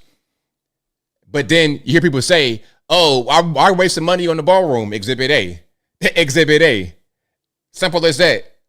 Because the way it stands now, if you don't go to this hotel, you got to have it at the White House grounds in a tent and not actually in a ballroom, because there is no ballroom. You got to use this ballroom. And now we see there's a security issue with that, where you got crazy people protesting, getting in there, getting themselves deleted. So I can't wait till that beautiful White House ballroom is constructed. It's going to be fantastic. Hey, that ballroom will be great. If you guys have not been inside the White House, it is a beautiful place to be. I don't care if you're Democrat, Republican, whatever. It don't matter. It could be Biden in there. It could be Trump in there. Well, Biden's wife did some weird things with Christmas decorations. That's a different story. But even aside from tacky decorations on Christmas from President Biden's wife, the White House is a beautiful place to be. The grounds are immaculate. You got musicians in there, military musicians playing live music. It is beautiful. And the White House ballroom will be equally as beautiful. It won't be something to distract from the beauty of the original White House. It'll be an add-on to it. So I can't wait. But yeah, we can't be going to hotels and the hotels getting shot up. We don't got, that's a little bit too ghetto. We don't got time for that ghetto nonsense. Okay, we got to have our own ballroom where this kind of thing is outright eliminated, period. Period. You never seen anybody go to the White House trying to charge the White House with a gun and shoot somebody. I mean, if you try to charge the gate, you're going to go ahead and get popped at the gate. Well, one guy kind of got through. You guys remember that? One guy got through the gate. It almost made it to the front entrance of the White House. I mean, I don't know who that guy was, but he lucky he didn't get his brains just rearranged, okay? Lucky he didn't get this right here. All of this front part just pushed to the back. He's very lucky. But yeah, you're not going to be able to run all the way to the actual front ballroom entrance from outside the White House gate. That ain't going to be a thing that actually happens. With a gun, no way in the world. And now we got better technology. We got drones and all type of stuff. Hey man, before you even think about darting your little feet across the White House grounds, it'd be a sniper it'd be a ghost sniper. You wouldn't even see it coming. You start running, all of a sudden, you be on the ground. How did that happen? Don't worry about it. You sitting and try to break through the actual White House security perimeter. Anyway, let's hear a little bit more from C-SPAN. And again, we're waiting on President Trump to come out and speak at about 10 p.m. at the White House in the White House press briefing room. He says he's going to have a press conference at the White House. We'll see how that works. You know, we often on this night, when the White House Correspondents' Dinner is happening, get calls from college students and high school students who have either A, been assigned or are just watching it on their own. Donnie, do you think your students are connected to the larger world? Yeah, definitely. I mean, I think this is something that they take seriously, and they want to be vocal about, and they want to participate in. And okay, I think this we got a video right here. Okay, this is unconfirmed. We got a body. Okay, so if you got little kids, cover their eyes. Might be a body on the ground. If you got little kids, cover their eyes. Might be a body on the ground.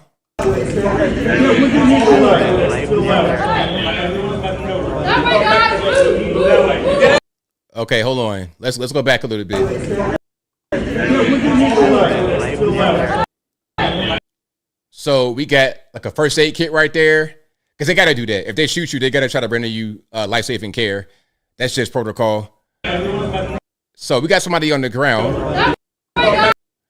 Okay, that appears to be him right there. I can't really tell. Get out! Let's go! Let's go! Let's go! Get out! Let's go! I don't know if they want anybody to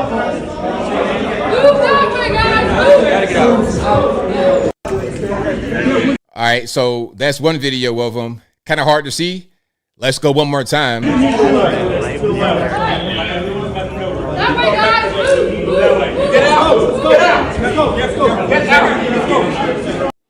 Okay, here's another video from someone who says, hold on, y'all give me a second, please. The person says, something I noticed even before coming into the White House Correspondents' dinner was that the security was only outside the ballroom inside, not outside the building. So the entrance of the building did not have a security machine, only guards. So you only went through the screening before the ballroom. That's stupid. Why would they do that? Really? That's the dumbest thing I ever heard in my life. You need to have the screening outside the hotel, because common sense would say that if somebody wanted to try to make a run for it, they could get to the hotel. Like you're removing one particular security choke point that needs to be there to prevent any bad actors from getting anywhere near the ballroom. They can have an explosive device. They can have a grenade. They can get through the hotel and prime the grenade with the pin out and then throw it. It's going to explode immediately. You know, that's going to be a prime target for some type of Islamic terror attack. They can go in there with a vest and a Allahu Akbar and the whole thing is kaput. So if that's the truth, if that's the case, it makes no sense.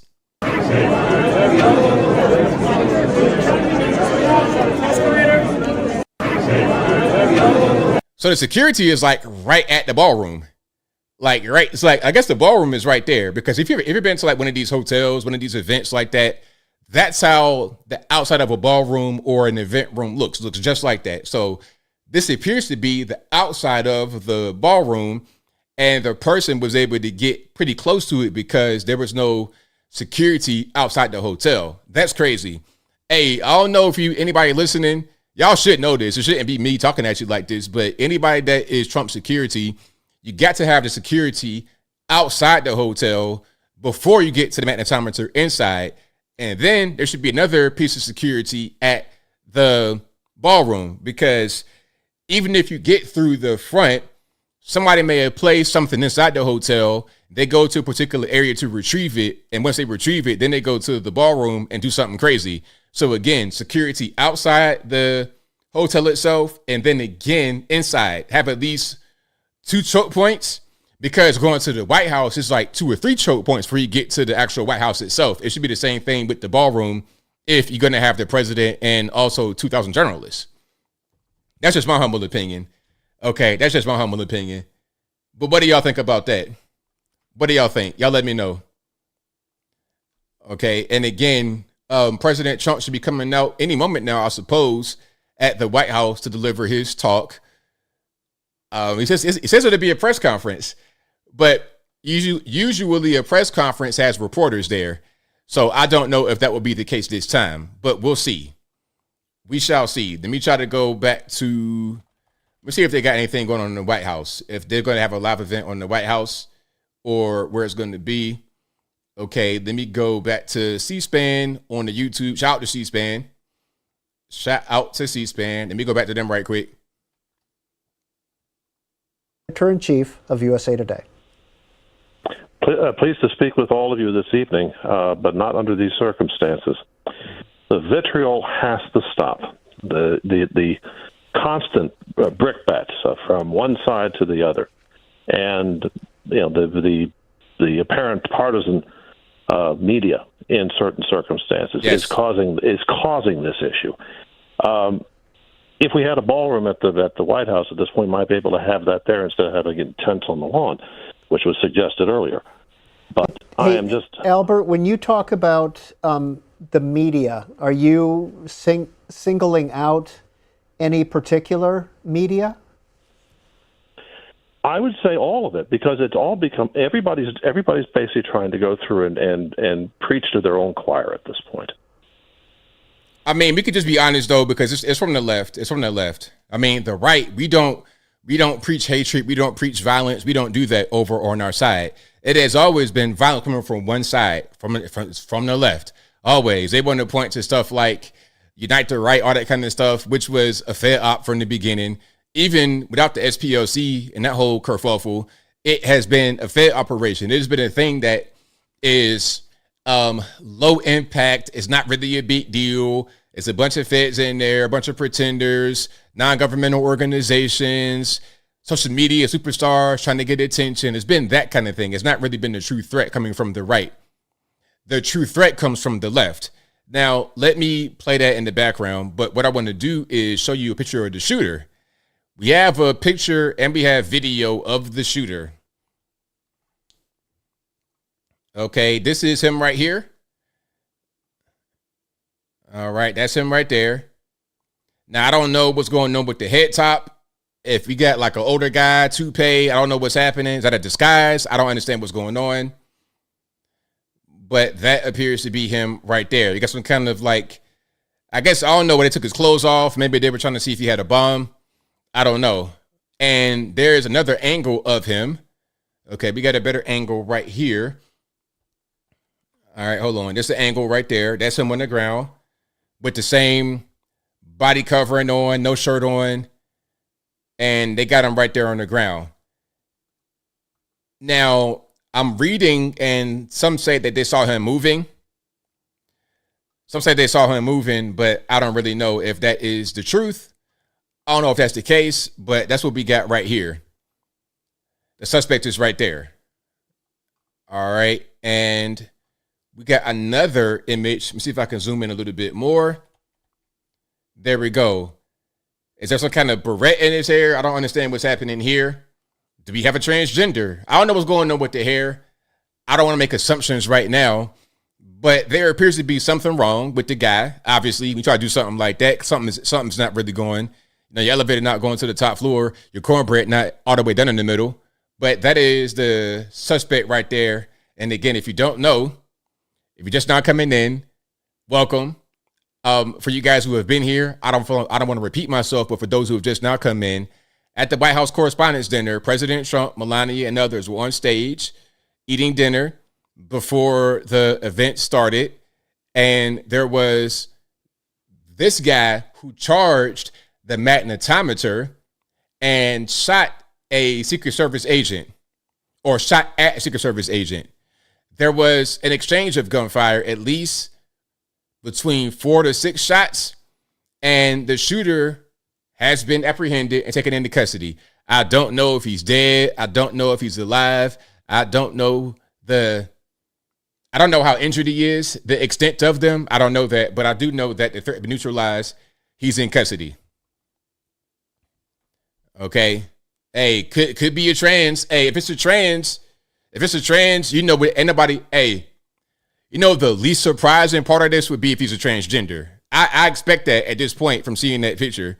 And that'd be the least surprising part of it. Of course he's transgender, because we know that these are mentally ill people. We can say that with confidence now. There's no reason to actually act like that's not the case. We all know that that is the case. Mentally ill people. Okay, back to C-SPAN. I want to show this one more time. This is a replay of what happened at 8:20 this evening. The president and Mrs. Trump were talking with Oz Perlman, the mentalist, who was the entertainment tonight. And you'll also see Weijia Zhang sitting in the corner. And you'll hear a little audio. Listen carefully. This again was at 8:20 p.m.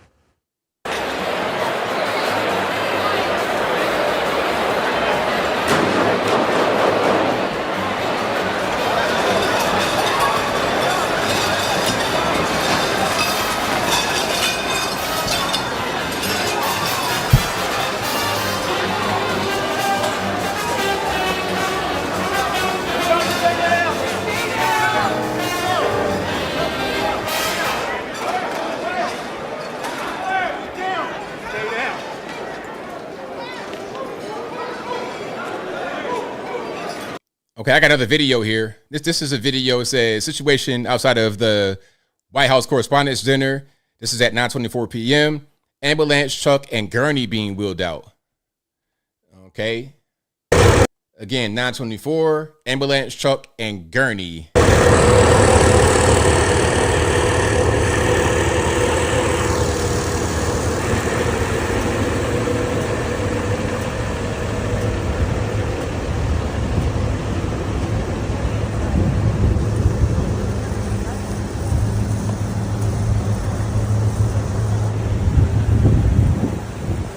Now, there was also a protester rushing the president's limo after the shooting.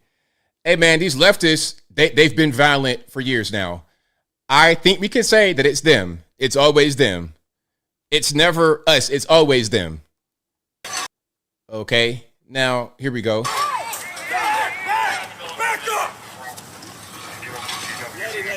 Stay behind the perimeter. Do not cross the gate. Look at this dude right here. They brought out the Super Max. Hey, what are you going to do with this guy? This guy's probably about 6'8", 300 pounds. What you going to do, lady? Stay right there. Don't do nothing silly. All right, don't go. You're locked up. Hey, you guys. Yes. Back up.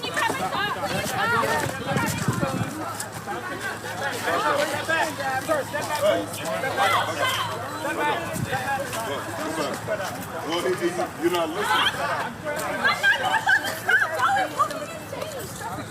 Hey, man. We don't have time for y'all to be acting stupid like that at a time like this. Lucky you ain't get smoked for trying to do that. Hey, lucky you ain't get smoked right there trying to do something like that. We're not playing with you people anymore. It's enough. Enough's enough. You children, you petulant children need to stop, because you're going to face adult penalties. You can mess around and lose your life out here with a terrorist scarf on TikTok too much, Instagram too much, getting radicalized with social media as an adult. We don't got time for you grown retarded children to be behaving this way. We're not going to deal with it. We're not going to just take this kind of stuff. We're not going to take it. We're sorry. We're not sorry. Sorry, not sorry. We're done. Yeah, you want to try to charge a limo after the shooting? Hey, man, yeah, you got to get up out of here immediately. Okay, immediately. Let's go back to C-SPAN. Dinner, and it is at its heart about the press and about the reporters who cover the president. It is about the president to some extent, but it is really a celebration of the First Amendment. So, to take the dinner for the White House Correspondents Association to remove the dinner from their hands and put it in the hands of planners at the White House, I think would be unusual. Now we're getting some more social media video. This is from Notice. News of the United States is their media organization. Let's listen and watch.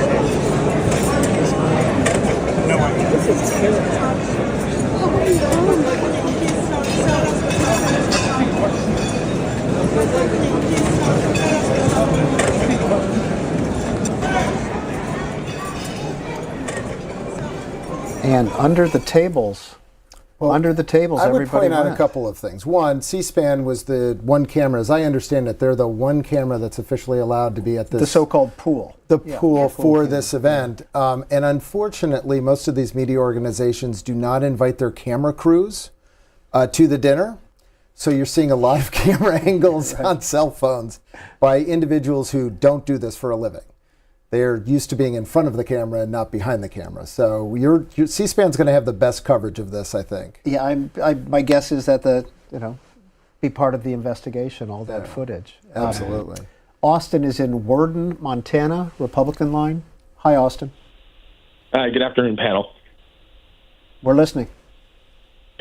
My question for the panel is, how come the government doesn't do a case study on my great state of Montana? I want to say we're going to just leave our friend in Montana to his own opinions on whatever he was talking about. Holly in Zionsville, Indiana, Democrat. Holly, you're on C-SPAN now. What do you think about what's happening tonight? Well, I don't know why I'm concerned, but I may be, I'm a very normal mother of three, Midwestern. I'm a registered Republican, but I voted Democrat the last time. And I just want to say the fact that there was a mentalist there who we've never had before, and it was because, according to the people that were interviewed early, the president doesn't take jokes very well. And okay, please shut your mouth. Okay, like, what are we talking about? Anyway, so this is the guy. You see him up a little bit closer? Now, I think I might have said, white guy. I don't know about that. Looking like a light-skinned black person. And I do have a potential name for him, but I don't want to say it yet because it's not been confirmed. I don't want to ruin anybody's life. But I do have a potential name for this guy. Again, once we can confirm it, I'll release it. But I do have a name, and this might be a light-skinned black person. That's what I'm looking at. That's what it appears to be. Okay? That's what it appears to be.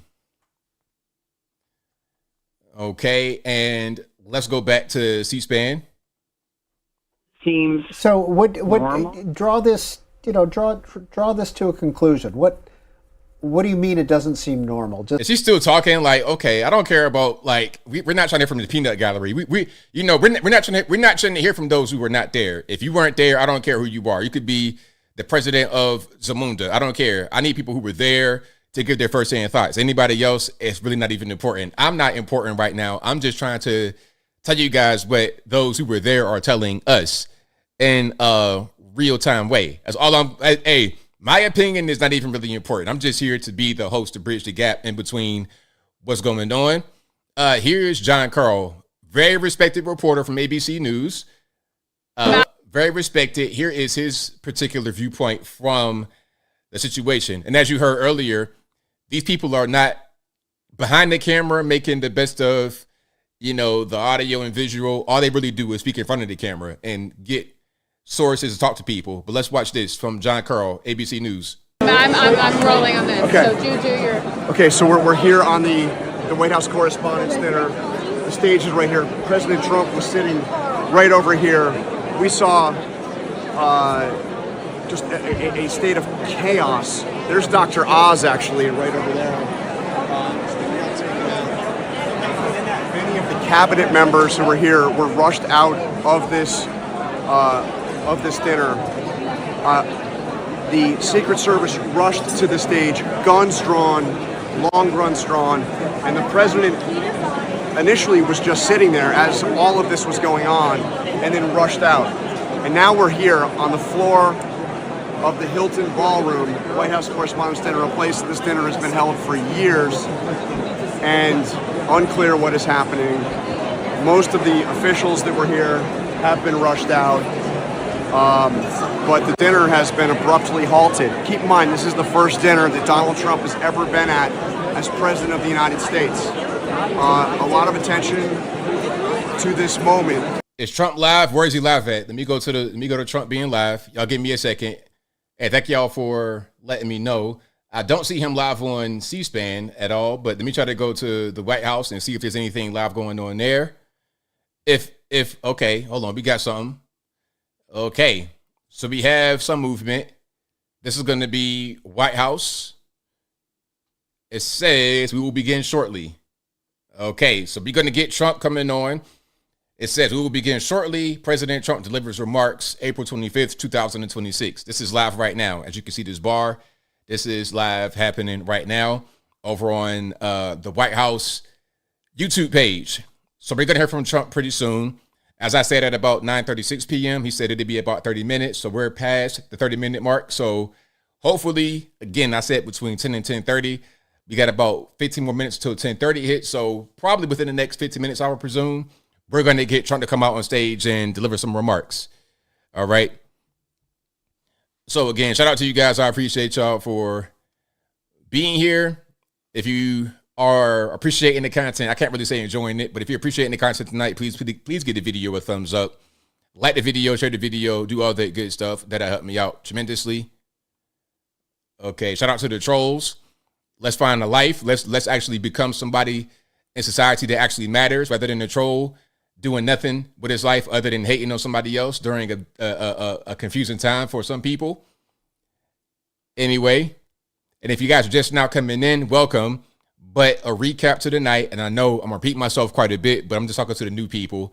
What happened was at the White House Correspondents' dinner at about 8:30-ish, I believe, President Trump, Melania, the cabinet, and 2,000 journalists are in the ballroom getting ready for the White House Correspondents' dinner when someone charged the main magnetometer, the metal detector, with a gun, and they took a shot at a Secret Service agent. Apparently, the agents returned fire, and the suspect was apprehended. I don't know if the suspect is dead or if he's alive, but he is in custody, and the threat has been neutralized. The venue was evacuated per law enforcement recommendation, and Trump will now speak at the White House for remarks. Now, he had a post on Truth Social that said that it'll be a press conference. That might not be the best word for this because I don't know how press is going to be there because the press were all at the dinner. So I don't know how they're going to just shuttle from this press conference, from the dinner to this press conference. But we'll see. We'll see what happens. I got it right here. So as soon as they go live, I'm going to be ready. And what I'm going to do, I'm going to just move this over here. And then I'm going to have it in the background. So as soon as they go live, I'll be able to show it. And actually, matter of fact, I have something from C-SPAN. They're showing the whole thing get set up. Law enforcement and first responders who acted so quickly to bring the situation under control, praying for our country tonight.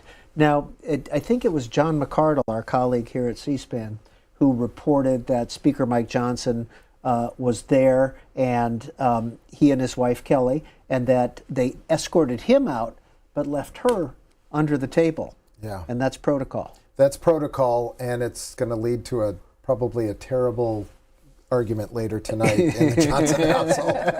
But it is protocol. Yes. Yeah. Okay.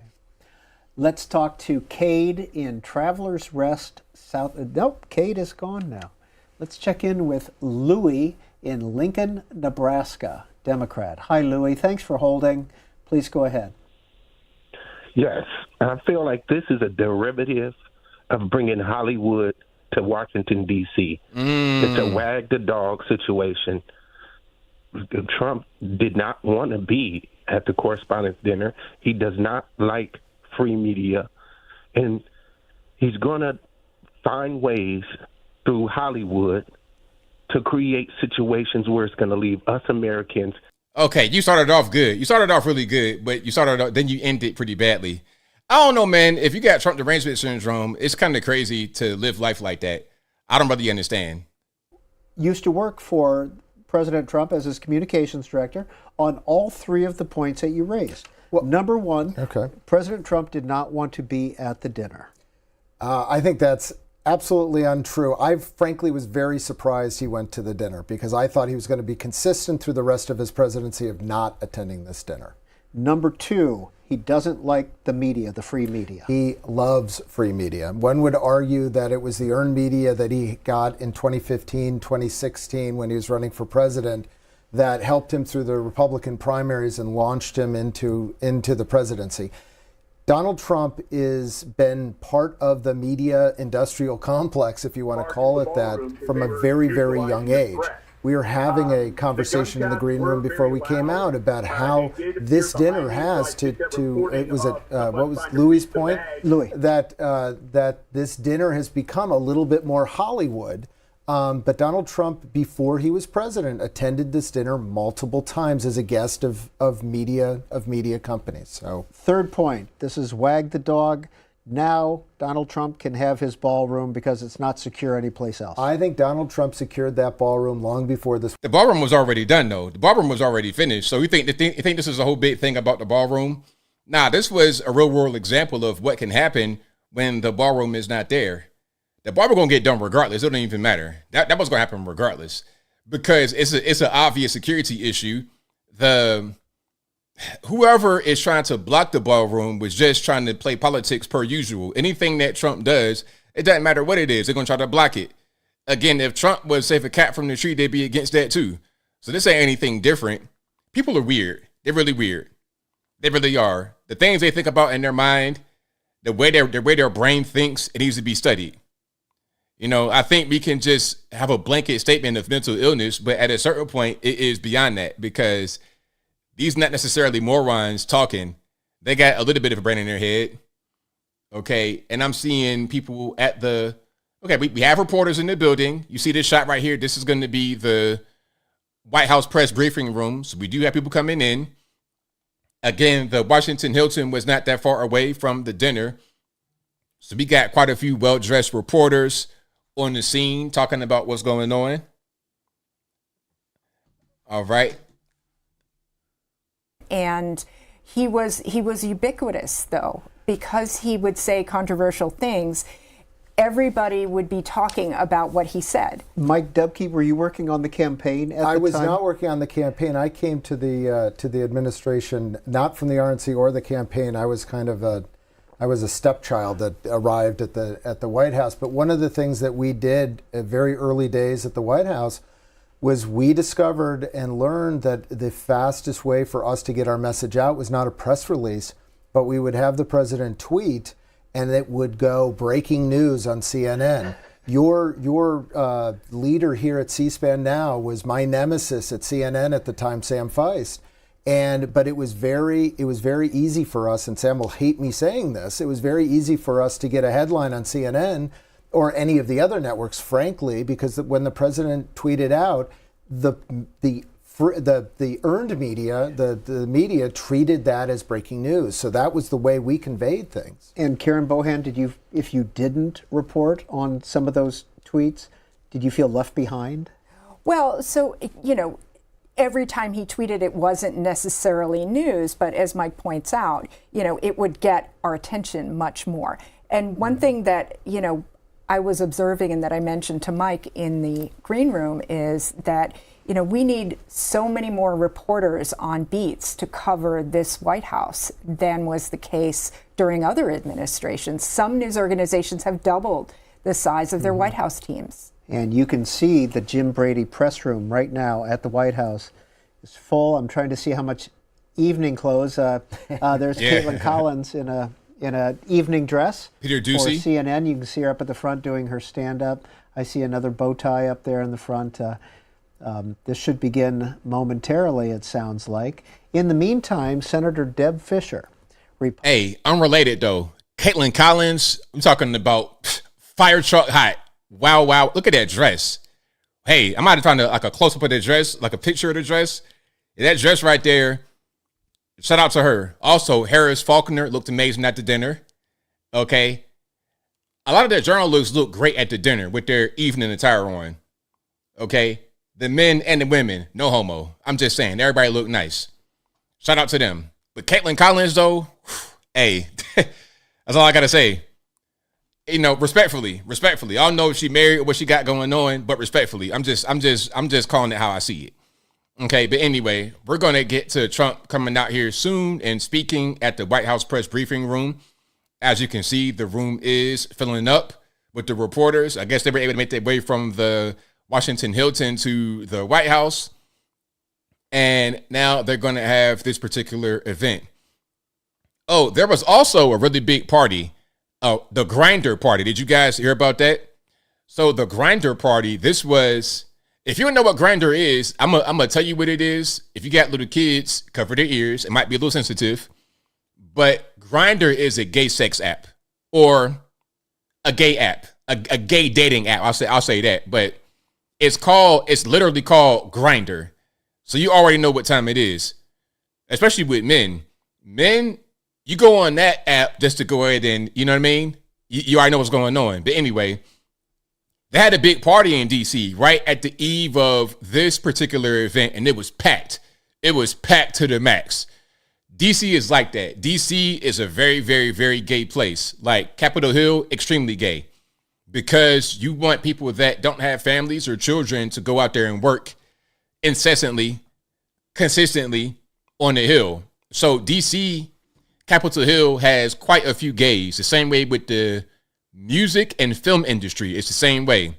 And the film industry is controlled by the Jays, along with music to a certain extent. But the people that work are overwhelmingly LGBT.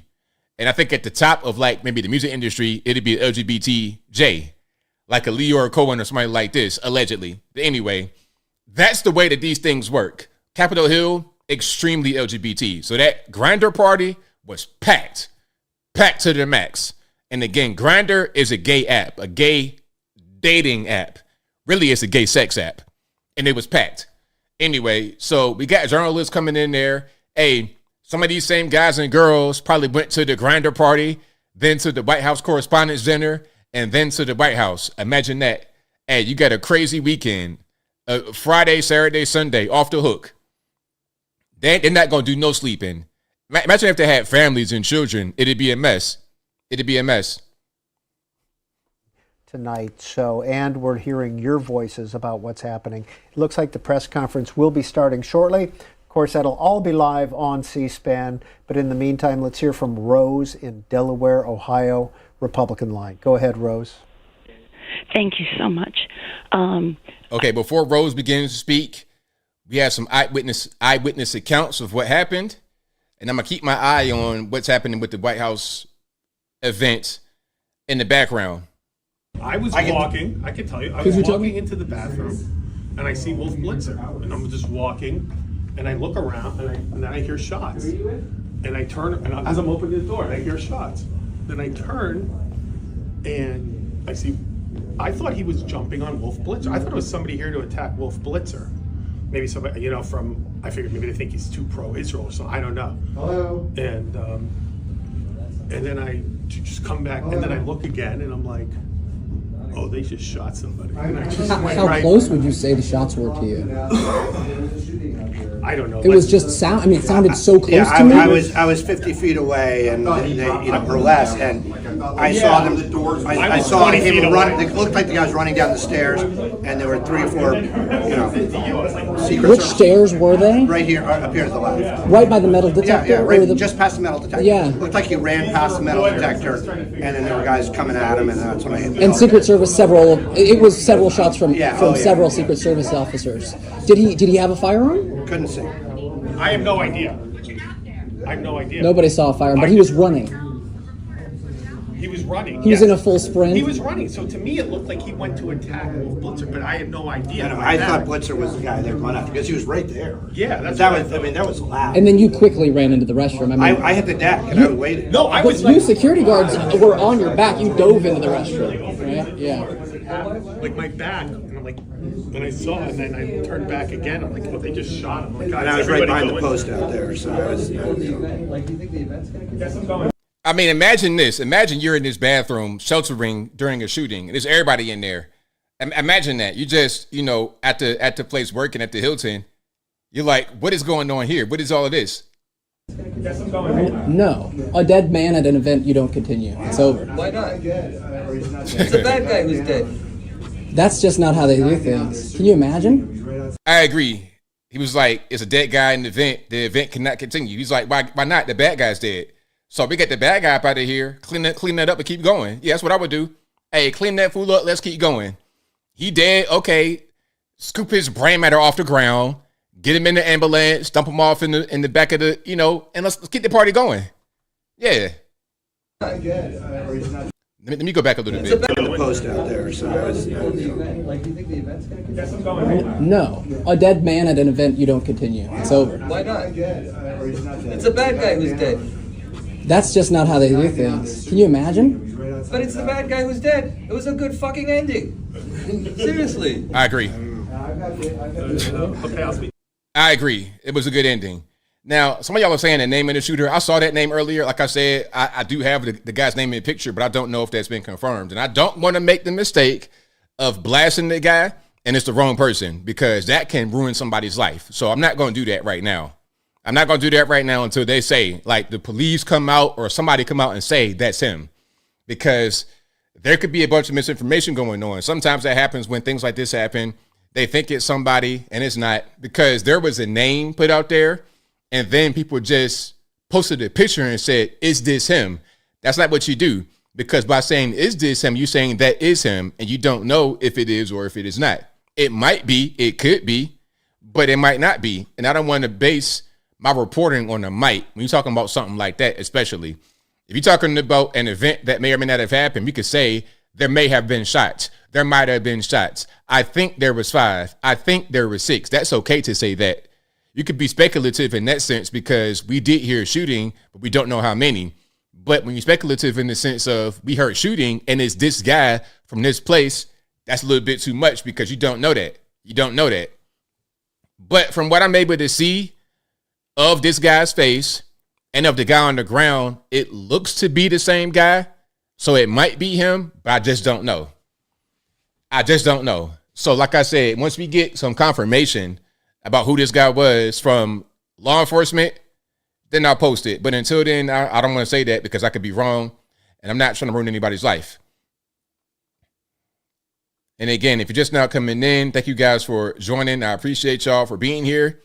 We're preparing to hear from President Trump at the White House.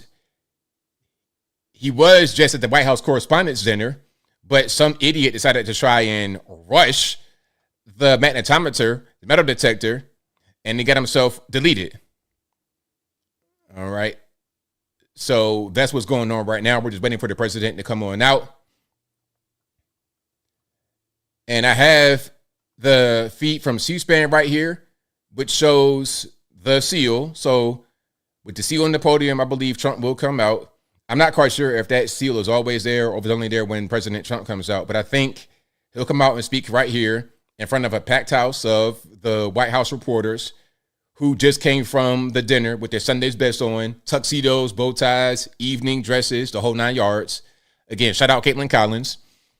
But we're just waiting for Trump to come out. I have the C-SPAN feed right here. I also have the White House feed right there. So if one does not work properly, the other one will. And I got my eye on both in the meantime. But again, thank you guys for being here. I appreciate y'all for rocking and rolling. We're waiting for President Trump to come out. At about 9:36 p.m., he said, we'll see you in a half hour. It's almost been 1 hour. Of course, we know that it's not going to be right on time because you just had a shooting and the plans of the evening were, we could say the plans were interrupted. The plans were disrupted. The plans had to change. So now you got to adjust on the fly. Some people are saying the name of the suspect, but I don't know if the suspect is who we think it is. It may or may not be that person. Okay. We got a picture of Big Marco. Uh-oh, we got movement. Well, thank you very much. That was very unexpected. Incredibly acted upon by Secret Service and law enforcement. And this was an event dedicated to freedom of speech that was supposed to bring together members of both parties with members of the press. And in a certain way it did, because the fact that they just unified, I saw a room that was just totally unified. It was in one way very beautiful, a very beautiful thing to see. A man charged a security checkpoint armed with multiple weapons, and he was taken down by some very brave members of Secret Service, and they acted very quickly and have just released, for purposes of transparency, clarity, I've ordered it to be put out. You probably have it by now, put out on Truth and put out on many other platforms. A tape showing the violence of this thug that attacked our Constitution, and also showing how quickly Secret Service and law enforcement acted on our country's behalf. Really did a great job.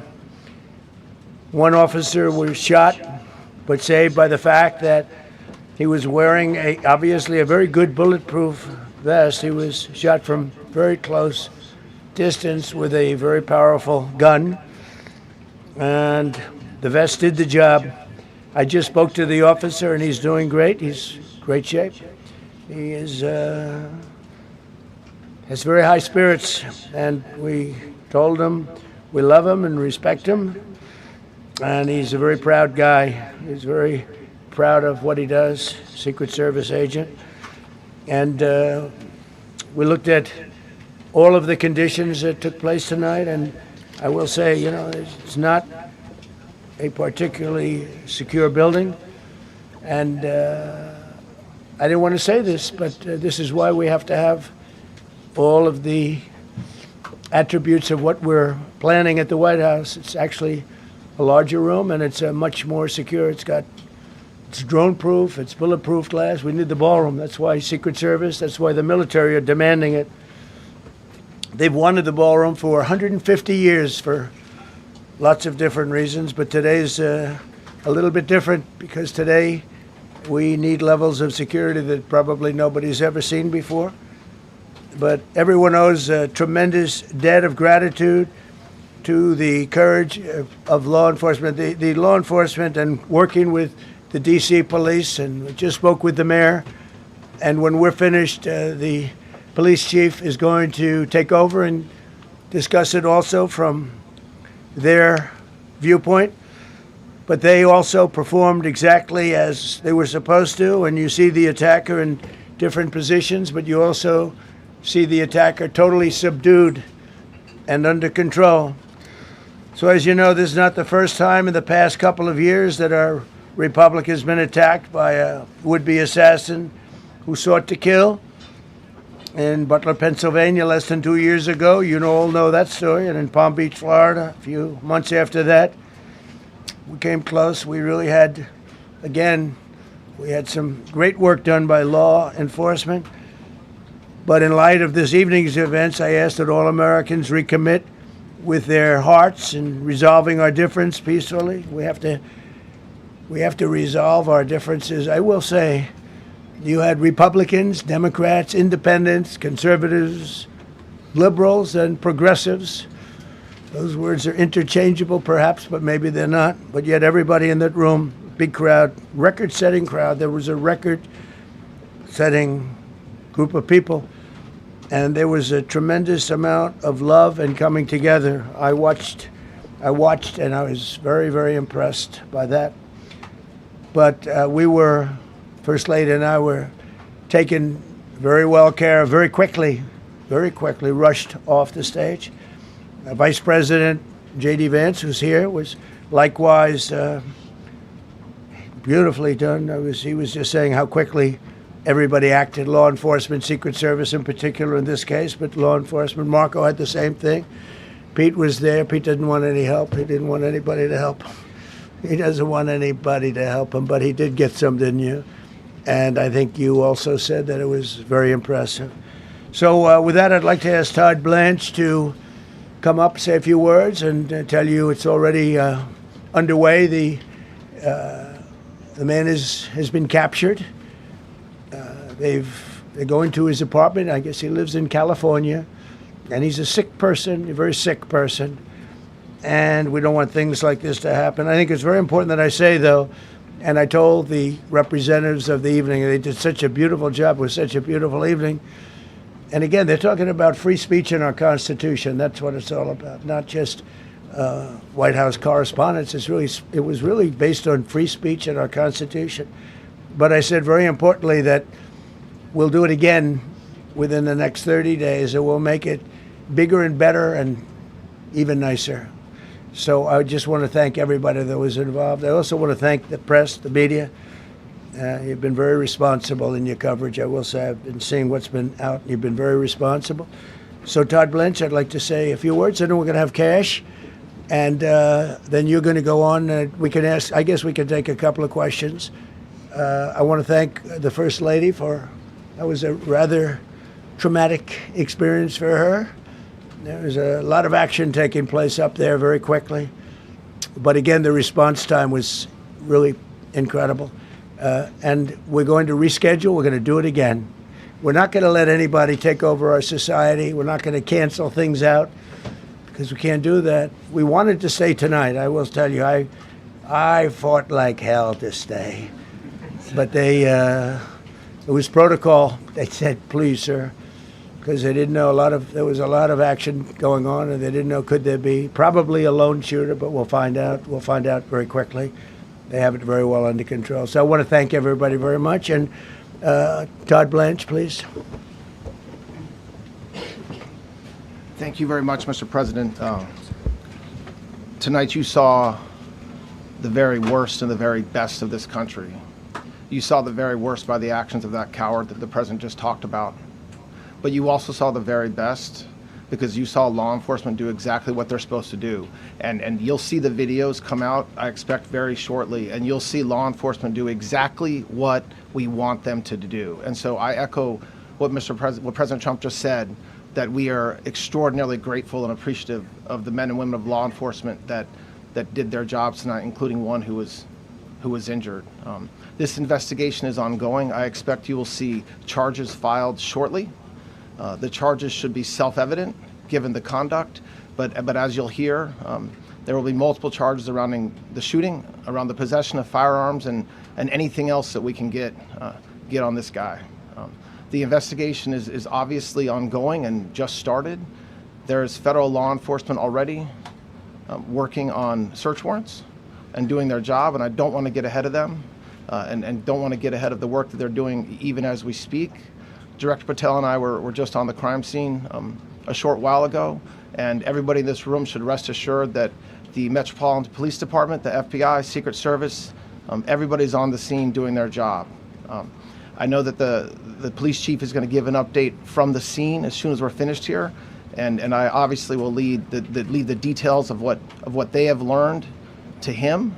But in the meantime, I just want to thank everybody in this room for the courage, and I want to thank President Trump for his words, and I promise you, justice will be served. Thank you, Dr. Patel. Thank you, General. Thank you, Mr. President. The President's absolutely right. You saw the best resolve of American law enforcement because you, Mr. President, inspire them 24/7, 365. You give them the resources that they need, and they know that you have their back. And that is a changing dynamic in this country, and that's why you saw brave Secret Service agents respond immediately, swiftly, subdue and take down the suspect, and safeguard the lives of thousands of individuals at that hotel. Thanks to our interagency partnership with the Department of Homeland Security and the Metropolitan Police Department, the FBI was rapidly deployed onto the scene, took over the evidence response unit, is examining all the ballistics that were found on scene to include the long gun and the shell casings. We are conducting witness interviews as we speak. You will hear from our team on the scene there with the mayor and the head of the FBI field division there.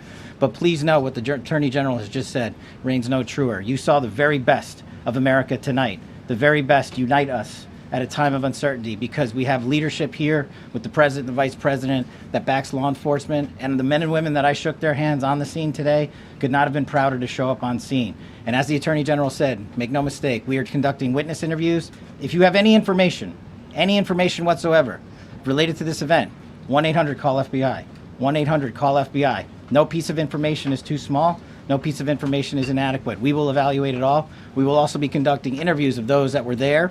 And if any of those individuals have information, please come forward to law enforcement or the FBI or the Metropolitan Police Department. We will be examining this individual's background thoroughly. That process has already started, and we are going to ensure that he was either a lone wolf actor or anyone else that was responsible. We will analyze all evidence immediately to make sure that we safeguard this country. Mr. President, Mr. Vice President, thank you for your leadership. Attorney General and Homeland Secretary Merlin, thank you for your partnership in law enforcement. Thank you. Okay, we'll do a couple, and then we go to the chief. Madam Chairman, I just want to say you did a fantastic job. What a beautiful evening, and we're going to reschedule. Okay.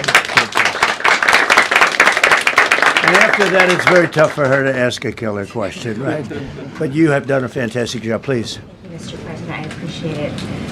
As you mentioned, it all happened so quickly, and I wonder, especially because unfortunately you have experience with these sorts of threats. In that moment, when you realized there was a threat and service agents were telling us to get down, can you describe what was going through your mind, how you were feeling in that moment? That's a very good question, actually. It's always shocking when something like this happens. Happened to me a little bit, and that never changes. The fact, we were sitting right next to each other, the First Lady on my right, and I heard a noise and sort of thought it was a tray. I thought it was a tray going down. I've heard that many times, and it was a pretty loud noise. And it was from quite far away. He hadn't breached the area at all. They really got him. But so it was quite far away, but it was a gun. And some people really understood that pretty quickly. Other people didn't. I was watching to see what was happening. Probably should have gone down even faster. Melania was very cognizant, I think, of what happened. I think she knew immediately what happened. She was saying, that's a bad noise. And we were whisked away along with other people, but we were really whisked away. And again, the performance of the Secret Service and the police, all of the law enforcement, I thought was really good. So it was very quick. There wasn't a lot of time to be thinking, because it was a matter of seconds before we were out the door and gone into an area. We very much, and you wanted to too, we very much wanted to continue it, because I don't like to let these sick people, these thugs, these horrible, horrible people, change the fabric of our life, change the course of what we do. So we held out. You were there. We held out right till the end, but they didn't want to take a chance, and I understand there was protocol. But we're going to be doing one hopefully within the next 30 days or sooner, and I am ready, willing, and able. And I was all set to really rip it. And I said to my people, this would be the most inappropriate speech ever made if I said one. So I'll have to save it. I don't know if I could ever be as rough as I was going to be tonight. I think I'm going to be probably very nice. I'll be very boring the next time, but we're going to have a great event. And you did a fantastic job. Thank you very much. Peter, go ahead. Thank you, President Trump. There's a report in the New York Post that this assailant assembled his weapon somewhere on site at the hotel. What do you think about that? And I ask respectfully, why do you think this keeps happening to you? Well, you know, I've studied assassinations, and I must tell you, the most impactful people, the people that do the most, you take a look at the people, Abraham Lincoln, I mean, you go through the people that have gone through this where they got them, but the people that do the most, the people that make the biggest impact, they're the ones that they go after.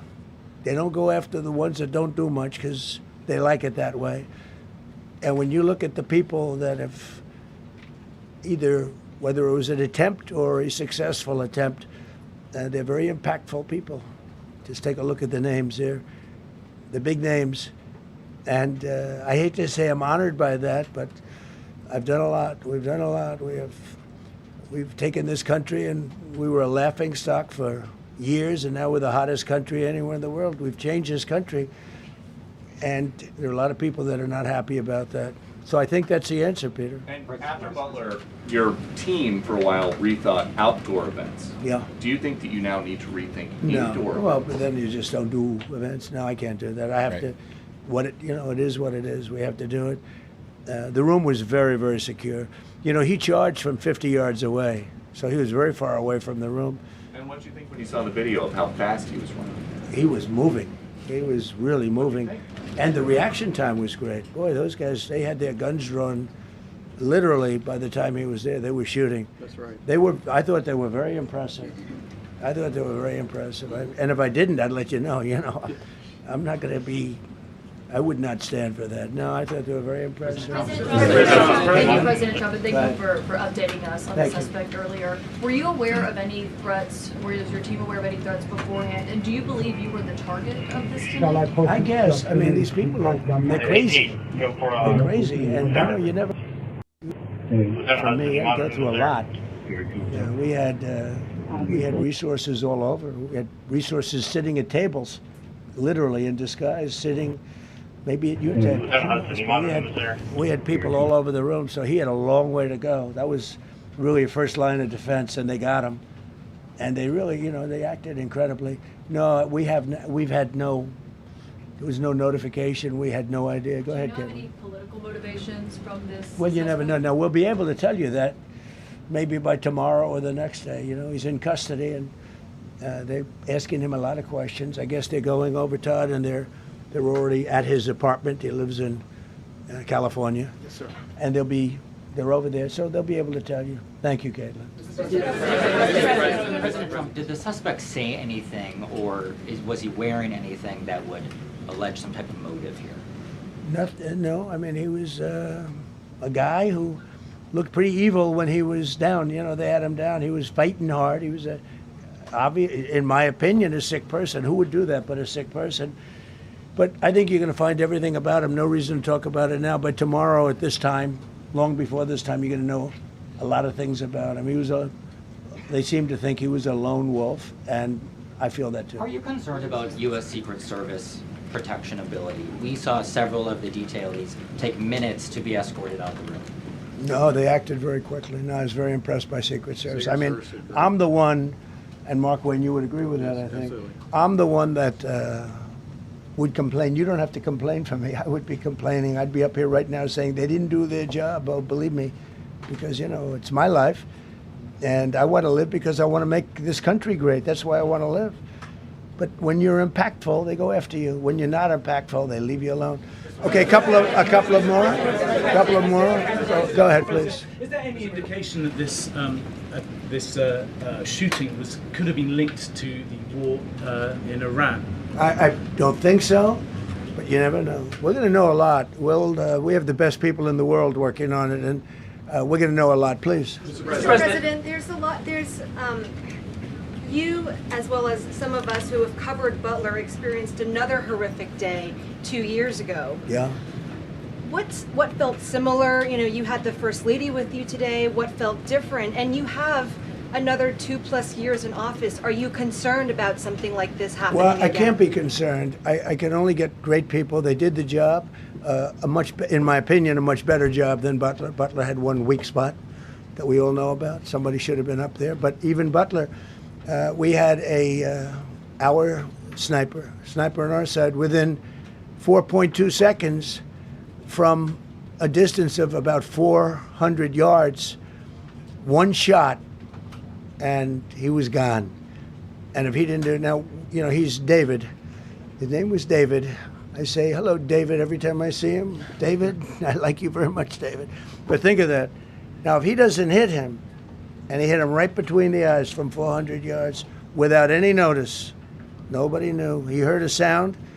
He looked over, and there was actually a tree that was somewhat in his way. You know the story very well. And he aimed, he fired, and if he didn't do that, beyond me, you would have had a lot more people killed. We lost one great person and 2 people very badly hurt. They're okay now. But no, that was, so in a sense, you know, that was pretty amazing, the job they did. But they did have that one weak spot. As you know, they should have had that covered. Tonight they had everything covered very quickly.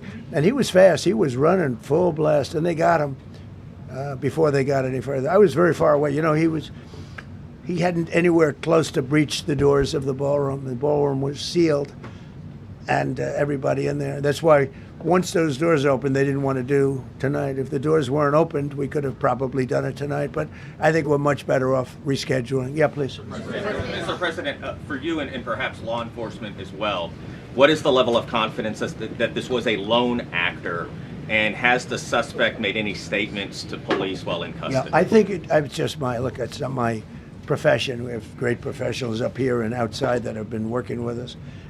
My impression is he was a lone wolf, whack job. These are crazy people. And they have to be dealt with. We had that in the second attempt, as you know, and he's spending life in prison. Because if you let him out, they'll probably, you know, if he serves 10 years or 15 years, you let him out, he'll probably try it again with somebody else. They're sick people. We have a lot of sick people. But you're going to know, I think very shortly, you're going to know, Todd, a lot about him. You're going to know a lot about him. Yeah, a couple of more. Mr. President, Yeah, please, go ahead. Are you concerned about political violence. These could be politically All motivated. violence. I'm concerned about everything. Look, Back here, Mr. but I President. can't be so concerned that you can't function. No, I'm here. It's a dangerous profession. You know, I tell the story. Race car drivers, I think it's very dangerous. So if you take 1% and then take about 10% of 1%, just to break it down very easily, they die. So much less than 1%, 10% of 1%. I think bull riding is very dangerous. If you take about the same, 10% of 1%, much less than 1%. But if you take presidents, it's 5.8%. And about 8% are shot at. So nobody told me this was such a dangerous profession. If Marco would have told me, maybe I wouldn't have run. Maybe I would have said, I'll take a pass. No, it's a dangerous profession, but I don't view it that way. Look, I'm here to do a job. It's part of the job. It is a dangerous, I can't imagine that there's any profession that's more dangerous. But I love the country, and I'm very proud. I'm very proud of the job we've done. You see what's happened. We have a great country. We've got, I think, the most successful, the hottest country anywhere in the world. This happened over a period of just a year, and we're going to do great things. But with that come risks. There's no question about it. Yeah. To that end, I mean, there's been so much political violence, not just aimed at yourself, but at other members of Congress, state house speakers, you name it. Is that just the cost of doing business to do politics in America anymore? Yeah, well, what does that say about our country? Too. You know, we're not the only country. You look at this great violence with all countries. I was talking to somebody from another country today, and they have numerous assassinations of political figures all over the world. You look at South America, it's like some of the numbers are just horrific. It's dangerous. It's dangerous stuff, whether it's here or someplace else. No country is immune. No country. Good question. Is it possible to turn that temperature down at this point? Well, probably if I decided to just not do much, you know, if I let everybody rip us off and take advantage of us. Look, we're leading the world in trade now. We're leading the world in the military. We're the greatest military in the world. I rebuilt it in my first term, and now we use it because we have no choice. We can't let, as an example, Iran, we can't let them get a nuclear weapon. Everything will be peanuts compared to that if they ever were given a nuclear weapon, and they'd use it too. Marco and I were talking about it today. They would use it without even hesitation. We can't do that. It was a shame. I said, oh boy, look at the numbers. We just broke 50,000 in the Dow. We just broke 7,000 in the S&P. They said we couldn't do it in 7 years, in 5 years, 4 years. They were saying maybe in 5 or 6 years. And we did it in 1 year. And I called everybody together. I called all of these people and others, and I said, we have to take a little journey. I seek to do this. We just had the great number. We just broke 50,000. Wasn't supposed to happen during my term. Wasn't reachable. We did it in 1 year, and I said, we're going to have to make a journey to Iran. They're going to have a nuclear weapon if we don't do it. We had the B-2 bombers take them out. I terminated in the first term the Obama agreement, the Iran nuclear agreement, which was a disaster. That was a road to a nuclear weapon. They would have used it. They would have used it 100%. So, you know, when you do things like that, you become a target. If I wasn't doing that, I guess I'd be a lot less of a target. But I'm honored to be. Okay, one more question. Go ahead.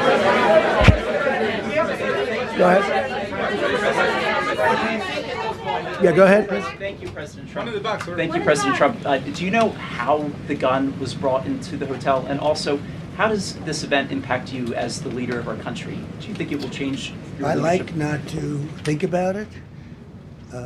I lead a pretty normal life, considering, you know, it's a dangerous life. I think I handle it as well as it can be handled. I think a lot of other people, you know, you read stories where they become basket cases. To be honest with you, I'm not a basket case. I really take it as it is.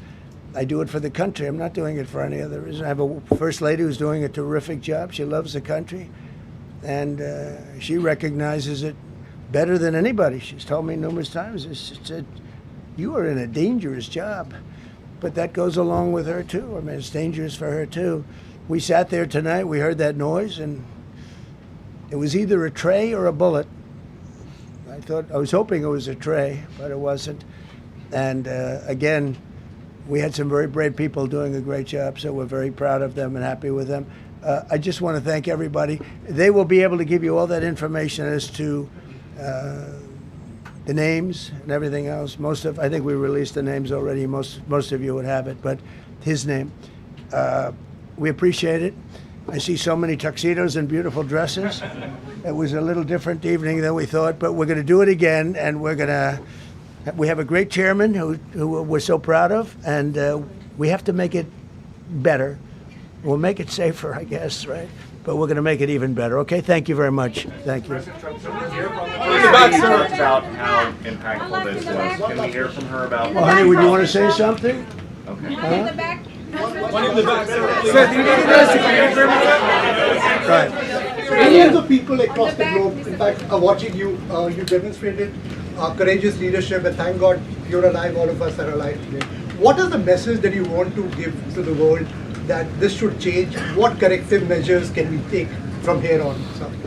Well, all you can do, look, I don't care how many people you have, how good they are. They can be the greatest people. You have the greatest security in history. If you have a whack job who's got a brain, but it's a little bit distorted or a lot distorted, they can make trouble. I would say, Pete, right? You know, they can make trouble. Some of these people are of genius level IQ, and they're nuts. So it can be trouble. So you do absolutely the best. You get the best. We have the best people. Well, look, it was proven tonight. He started running from 50 yards, and he was fast. He was like a blur on tape. He was moving. It was very impressive the way they got him, because a lot of people would be looking and saying, you know, it's like a weird feeling, and they would let him get through, but they didn't let him get through. They drew those guns so fast. They looked like Matt Dillon. They looked like somebody that knew what they were doing. And what do we do? But it comes with the territory. And if you want to do a great job, I really believe that. And you take a look at what's happened to some of our greatest presidents, and it doesn't happen to people that don't do anything. And it's not going to deter me from winning the war in Iran. I don't know if that had anything to do with it. I really don't think so, based on what we know. But we're going to continue to do a great job. That's all I can do. Thank you very much. We'll see you tomorrow. Thank you. Thank you. Thank you. Glad you're okay. All right, there we have it. President Trump giving a press conference after the shooting at the White House Correspondents' dinner. Crazy guy has been identified as 31-year-old Cole Thomas Allen in Torrance. Cole Thomas Allen in Torrance, California. Yeah, that's the guy's name. Cole Thomas Allen, Torrance, California, 31 years old, a teacher. And let me see if I can get the pictures up right quick. You guys, thank you for joining. I appreciate y'all for being here. Okay, Cole Thomas Allen. Here's my Instagram post. Right here. Okay, now these pictures that you're seeing right here were released by President Trump on Truth Social. Okay, that's one picture of him face down, another one from a different angle. And then here he is, Teacher of the Month out there in Torrance, California, C2 Education. December 2024, it's the same guy. You can see the hair, you can see the face, you can see the nose, you can see the skin. That's him. That is him, Cole Thomas Allen, 31 years old, Torrance, California. And here is video of him being apprehended on the ground. Silver foil floor, got it? No. Scooch over, slightly right, silver foil, top of the stairs. Got it.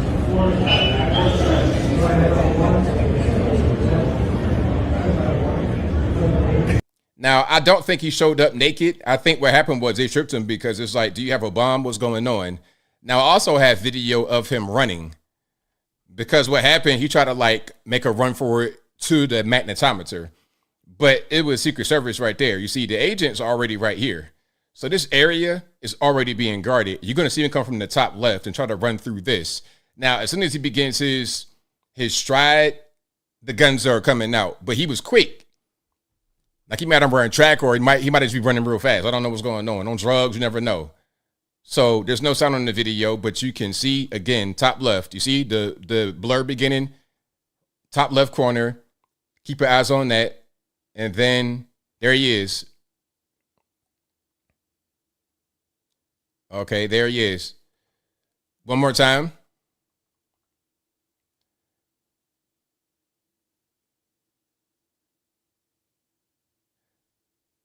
All right, you see the one guard right here kind of get caught off guard a little bit, but the other guards, they were on it because they were facing this way so they can see. So look at the guards on the left versus on the right. On the left, as soon as you see him materialize, I'm seeing hand go right down. You see right here in the bottom left-hand corner of the screen, and really on the left, these two guards, they on it. My man right here is kind of a little bit lackadaisical, kind of got caught slipping, but they're on it. You see, he's running, and then gun goes up. Boom, right there. As soon as he runs a little bit, split second, they got him. Now, the gun is out, he's firing, and he's kind of caught slipping. He had a duck. And then he gets his gun out eventually and joins the fight. But the other guys, they already had their guns out. Now, the reason why he was able to get that far, and they said that he had a shotgun and a handgun, he was able to get that far into the venue because the magnetometer is only near the entrance of the ballroom inside the hotel. The magnetometer should have been outside the hotel.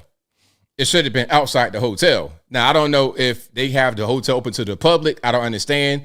But the magnetometer and the security should have been outside the hotel and inside the hotel. It should have been two choke points right there. But it was just one. But luckily, they were able to get him at that one choke point. Okay, and again, 31 years old, Cole Thomas Allen from Torrance, California, a teacher. They're going to his apartment. They're going to search. They're going to get everything. And from what I'm able to see, the guy's not dead. He was just apprehended. As you heard Trump say, he was fighting when he was on the ground, which means he's not dead. Maybe he was shot but not deceased, or maybe he was not even shot, but they just were able to capture him. I don't really know, but either way, the guy is in custody. Cole Thomas Allen, 31 years old, of Torrance, California. And again, here are some pictures. First release over on True Social. Okay. Here's some pictures. That's him on the ground. And then there he is again, different angle. And there he is, Teacher of the Month, Cole Thomas Allen, Torrance, California. And there's a video of him on the ground. I think his shirt was off and his pants were off because they stripped him due to there potentially being a bomb.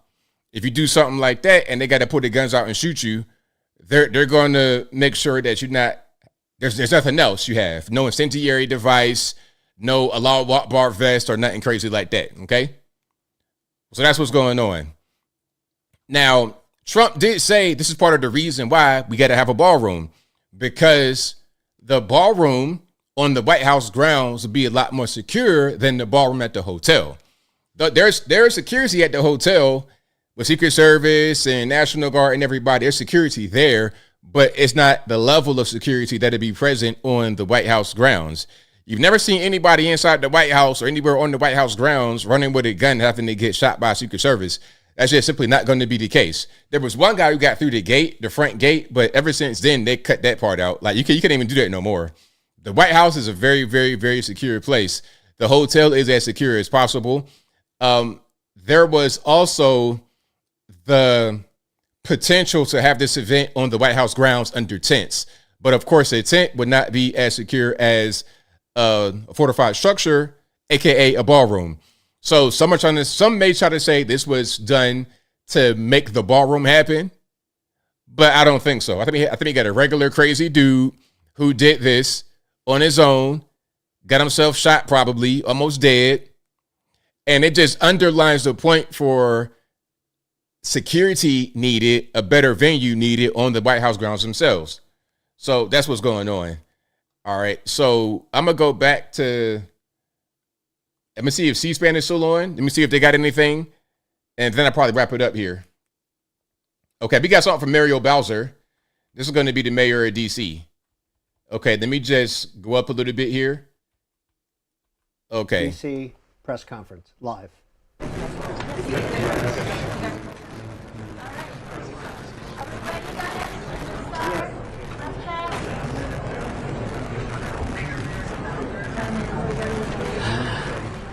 evening. I'm Muriel Bowser. I'm the mayor of Washington, D.C.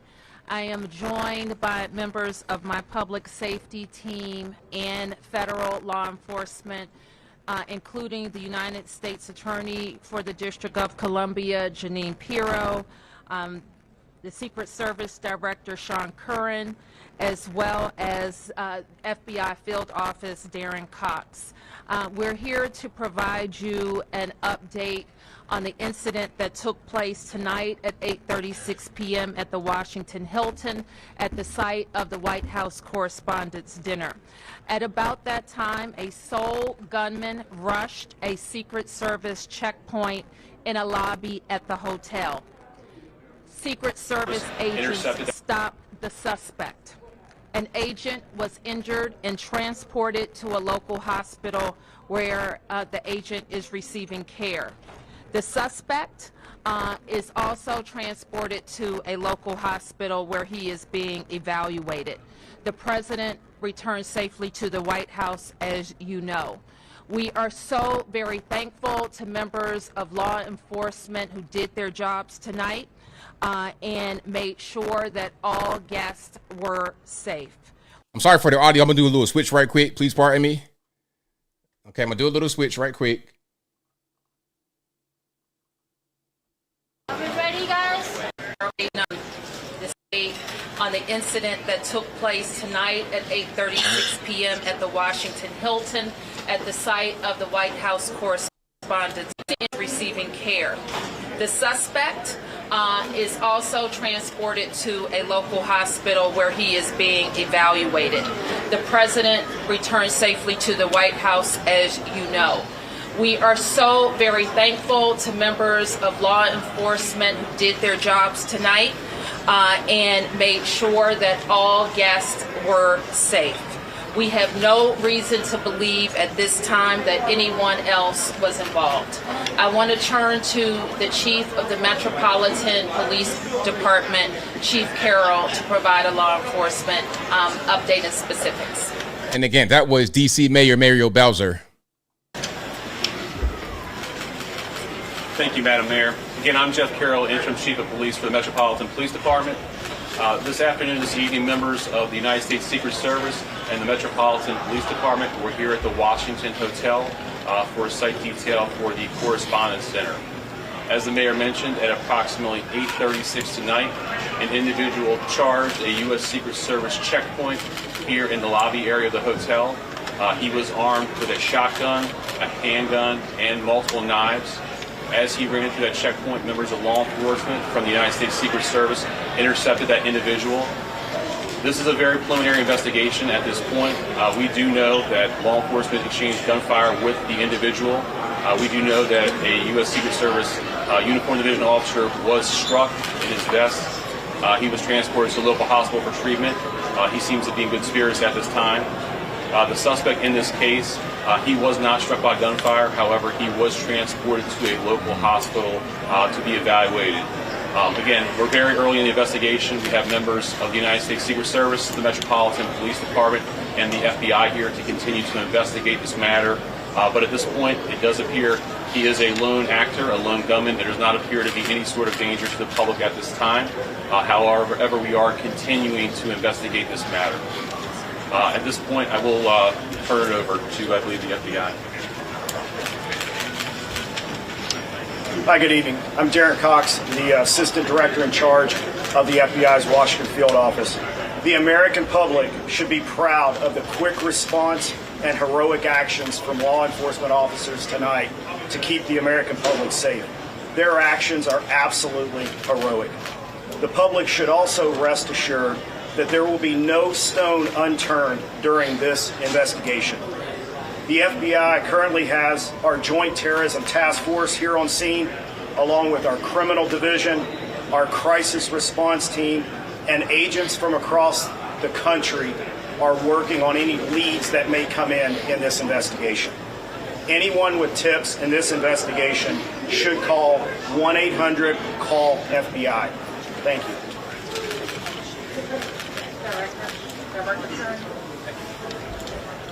My name is Sean Curran, I'm the Director of the Secret Service. Tonight, We saw exactly what our brave men and women do each and every day to protect these. It's not easy, and I will tell you that they performed admirably.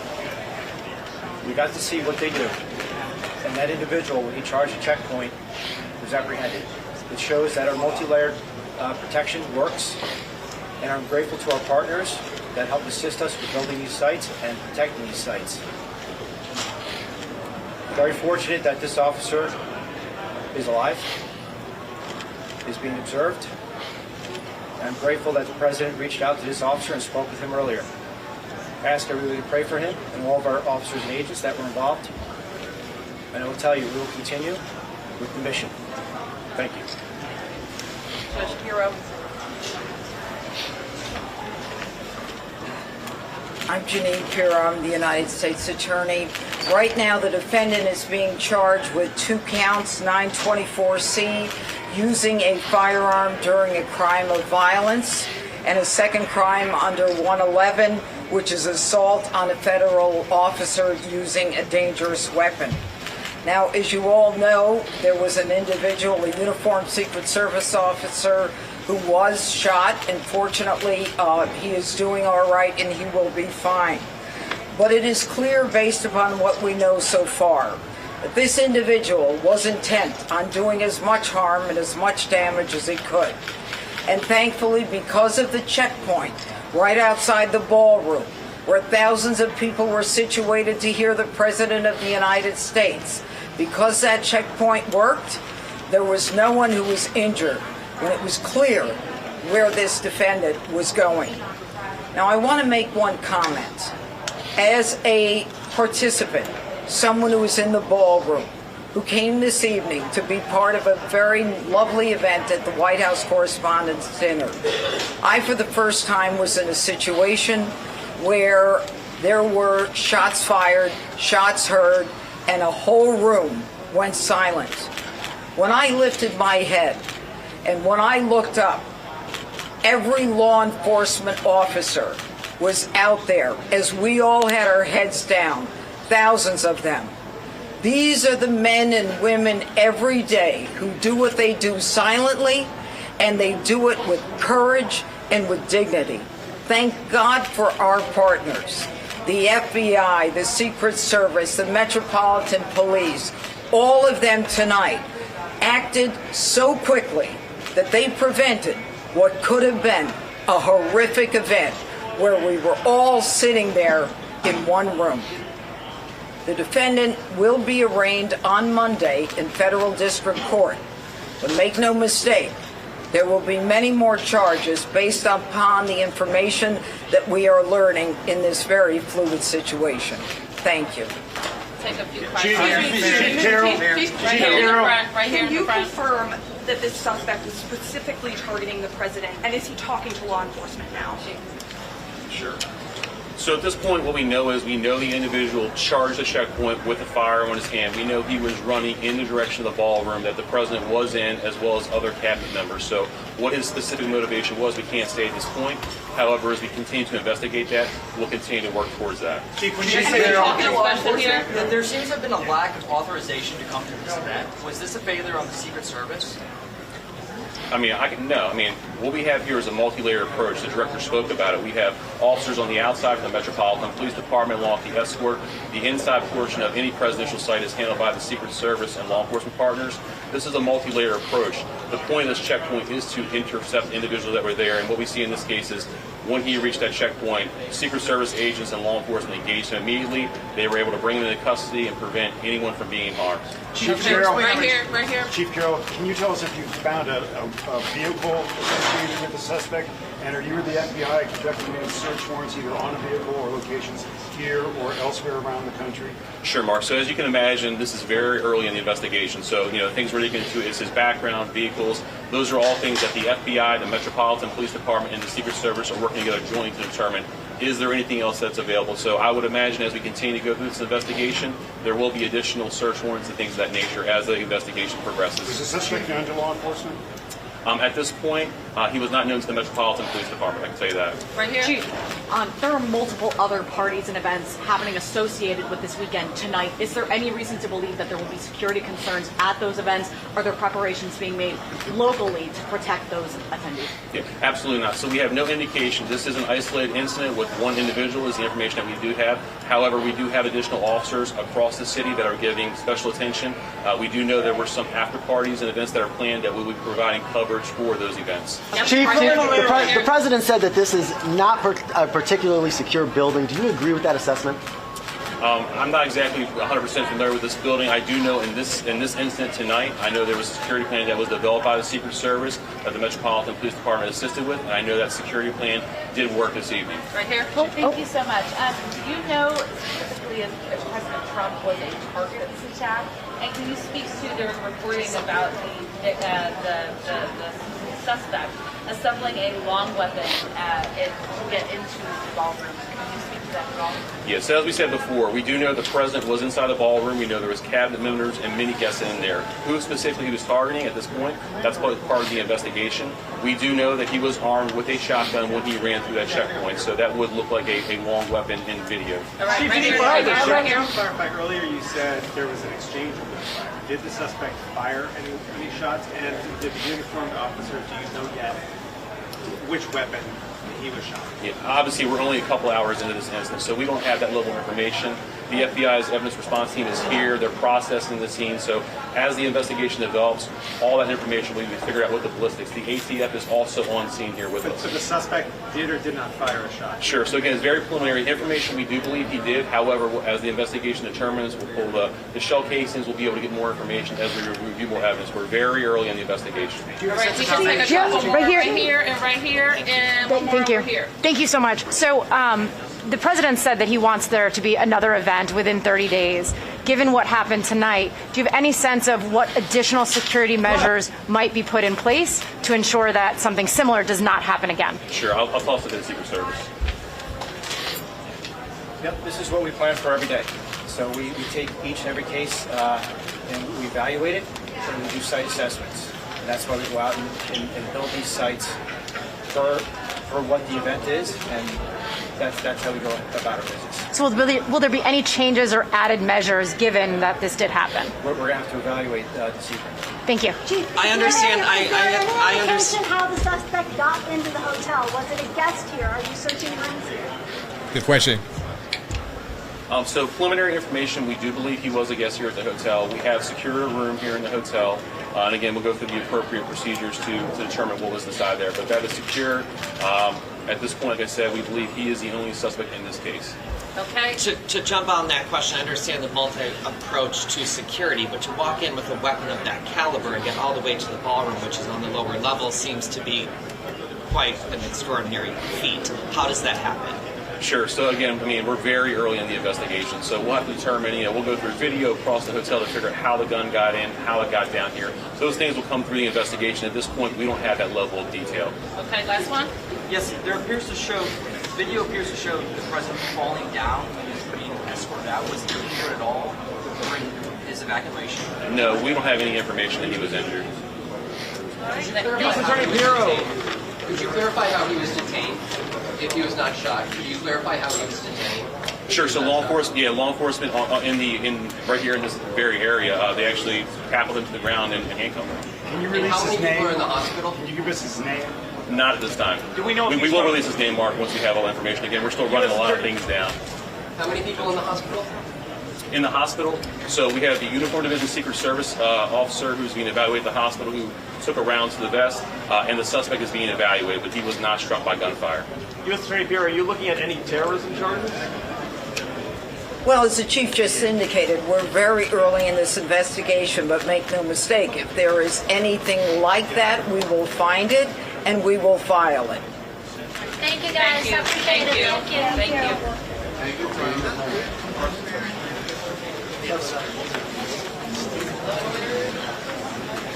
Good question.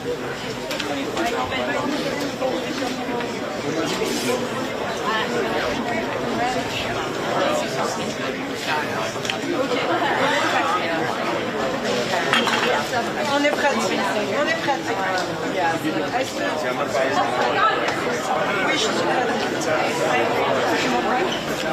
right, so there we have it. I think that's pretty much it for tonight.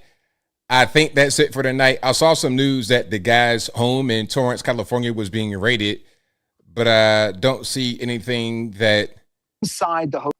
Sorry, I don't see anything that confirms that, but I think we'll know more by the morning. It's about 11:25 p.m. Eastern Standard Time here on the East in the Eastern Time Zone. I'm in Chattanooga, Tennessee, so I'm about 45 minutes from Nashville, which is in Central.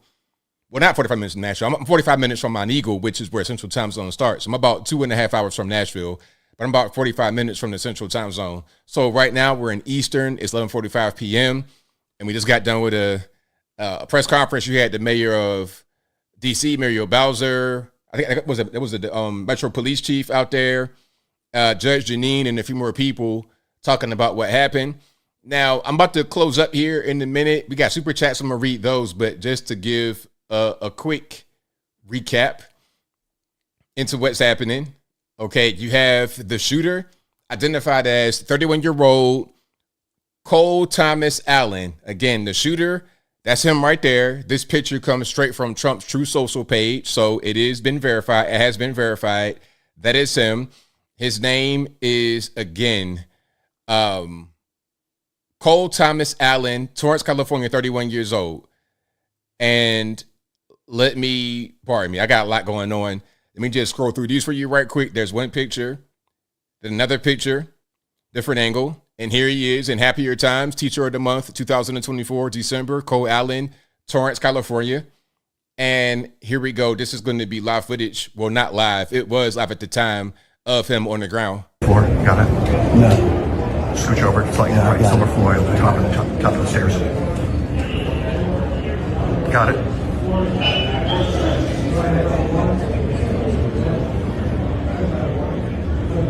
Now, this is going to be, again, True Social. And here is footage of the guy running to the checkpoint. He was armed with a shotgun, a handgun, and several knives. It looked like he checked it twice. Lieutenant Hudson, you monitoring this area? Here he comes.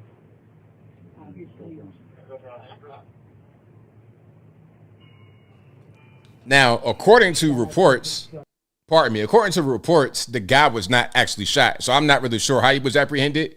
I think what happened is he came to a certain point past this and he couldn't really go any further. Let me show you that. Let me show you this one more time, and then I'm gonna show you another point. So I think there was, within this area, there was more than one choke point. This was one choke point, and then there was another one. He could not get past that one. Okay, so let me show you this one where he tries to run through, where he does run through. Let me turn the sound off because it's not necessary to hear right now, but you're going to see from the top left, at a certain point, he's going to come. There it is. Boom. And then he's running. And then they're firing at him. Okay. Now, let me show you another video that's pretty important. This is going to be from Fox. This is the moment when U.S. Secret Service agents try and stop the shooter. And you see we got long guns, like real long guns. Let me turn the sound on for this. And again, Fox News. Where's it coming from? Where's it coming from? What's the crossfire? Look out! Bro, somebody go.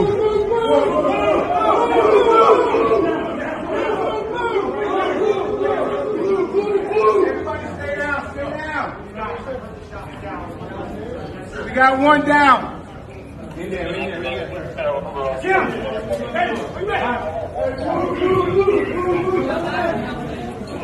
What the?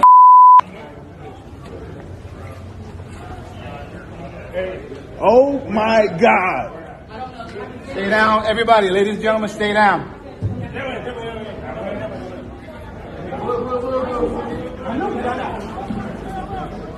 Where's that at? inside. We're not inside.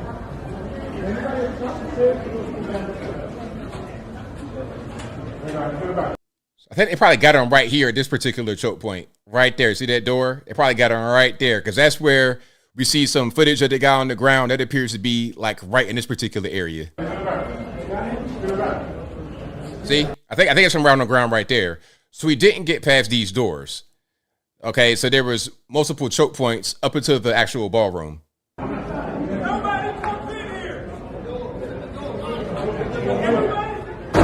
So there we go. So that they closed that door. Everything was happening at that door. Now, if we go back, you see this is the red carpet right here. This is the red carpet, which would, I suppose, lead into the ballroom. But he was not able to get anywhere near the red carpet because he's over past that point over there. You see, let's kind of zoom out again. There's the red carpet. And right there would be near the entrance of the actual ballroom. And then we come over here. There's a choke point right there. And then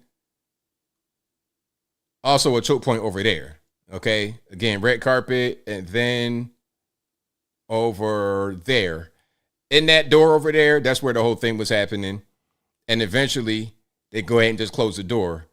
But I think you can see the guy on the ground right under the, watch again on the screen. He's right there on the ground. And he did not get through that particular door right there. So thank God he didn't get to the red carpet or anywhere near the ballroom. But I think there should have been some security outside of the hotel. Now, as you heard in that press conference with the chief of Metropolitan Police out there in D.C., the guy was a guest at the hotel.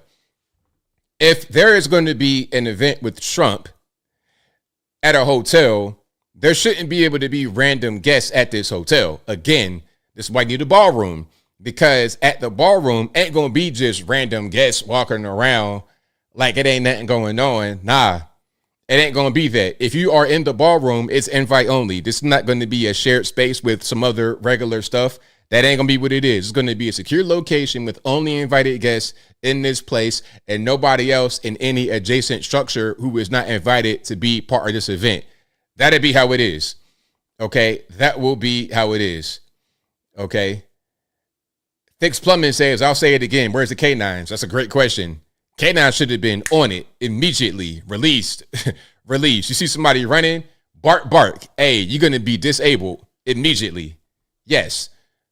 Yeah. So this is going to be, a lot of Monday morning quarterbacks, rightfully, respectfully, it will be, because this kind of thing cannot happen. And we got to kind of review it, go through it frame by frame and kind of break it down. But I think the goal, the ultimate thing that should happen here will be to get that ballroom on the White House grounds rather than trying to have tents on the White House grounds or go to a hotel. But this ain't the first time the hotel has been used for this. There's been other presidents who have been here. So this ain't the first time. It's not just like Trump, he just picked a random location. No, this is a place that was designed for this purpose, to have events like this, to have security and the whole 9 yards for presidents. But I think in 2026, with these ridiculous, crazy, mentally ill people and technology, we need to have a more secure location for these events, which would be on the grounds of the White House. All right. So that is pretty much all I got. I'm going to read super chats. And of course, I'm going to do my best to make a short video about this tomorrow. That's going to be very hard. I've been on for about 3.5 hours. And right when I started, I think I started at 8:15-ish. And shortly afterward, that's when this whole thing happened. So I've been pretty much doing this the entire show for about a good 3 hours. But let me go ahead and read some super chats. And again, one last time, to wrap it on up, put the bow on top. We know what happened. At the White House Correspondents' Dinner at the Washington Hilton, not too far from the White House, President Trump, Melania, J.D. Vance, much of the cabinet, Kash Patel, many people were there at the event with 2,000 journalists for the White House Correspondents' Dinner. Trump was set to deliver a speech. He was going to be pretty hard. He was going to be pretty brutal. But before the event was able to start, before the speech was able to start, the event before that was beautiful. Shout out to the CNN reporter, Wei Jing, I believe her name is. Shout out to her. She appears to be well respected. The event was going on. It was good. And then the guy tries to breach security. He tries to shoot at a Secret Service agent. I think the agent may have been hit, but the agent is not dead. The shooter himself was apprehended, although he was not shot. And he's being charged with, I guess you would say, 2 crimes. One of shooting at or injuring a federal officer, which would be a hefty sentence, and also having a weapon in the furtherance of a crime. That's going to be at least 2 charges right there initially, according to Judge Janine, who is U.S. attorney out there in D.C. But he does that, and Secret Service rushed the stage where Trump and Melania and others are, and they get everybody off the stage. For a while after that, the journalists were told to leave, but then Trump might have come back. They left the seal on the podium, which means that Trump is going to go to the podium. But after some back and forth, after a little bit of fighting and haggling, law enforcement said, no, let's not do this. Let's go ahead and leave. Let's go ahead and leave.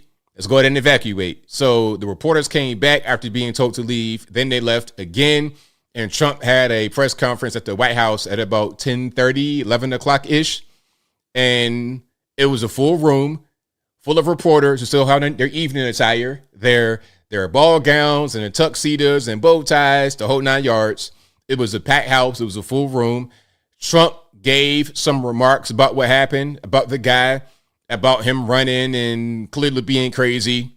And after that, he was able to take some questions from the reporters, took quite a few questions, and then that was over.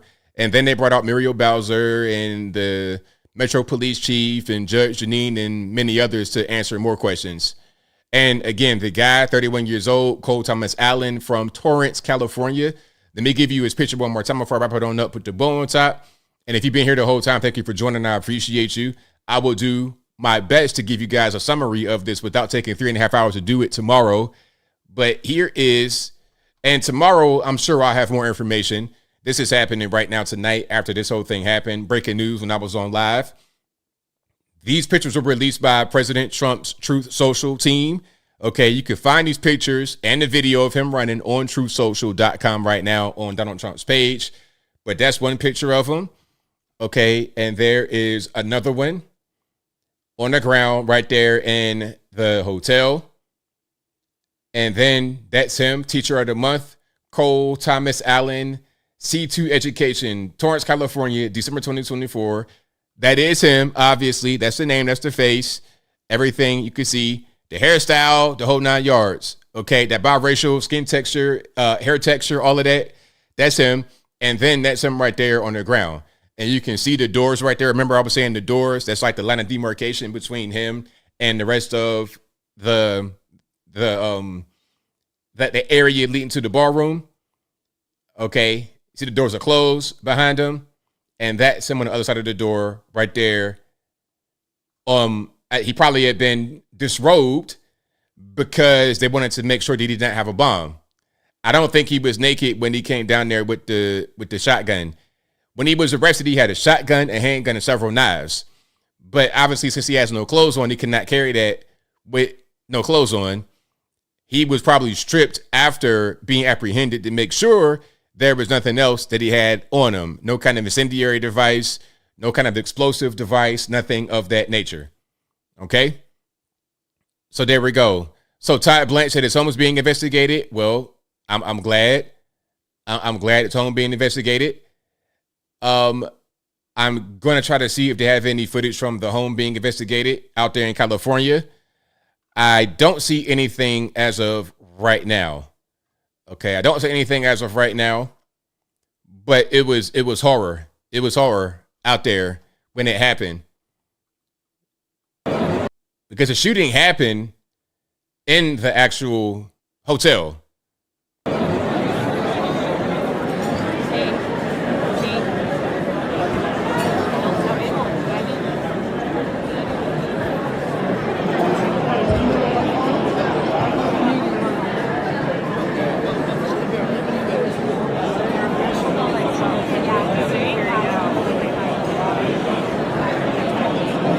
Traumatizing experience. 2,000 journalists were there. 2,000 journalists for this event. 2,000 of them were there. And they had to experience this. Melania had to experience this. Trump had to experience this again. It's like, how many times y'all going to try, man? Y'all got to stop. And you know what? I'm going to just add one last thing here.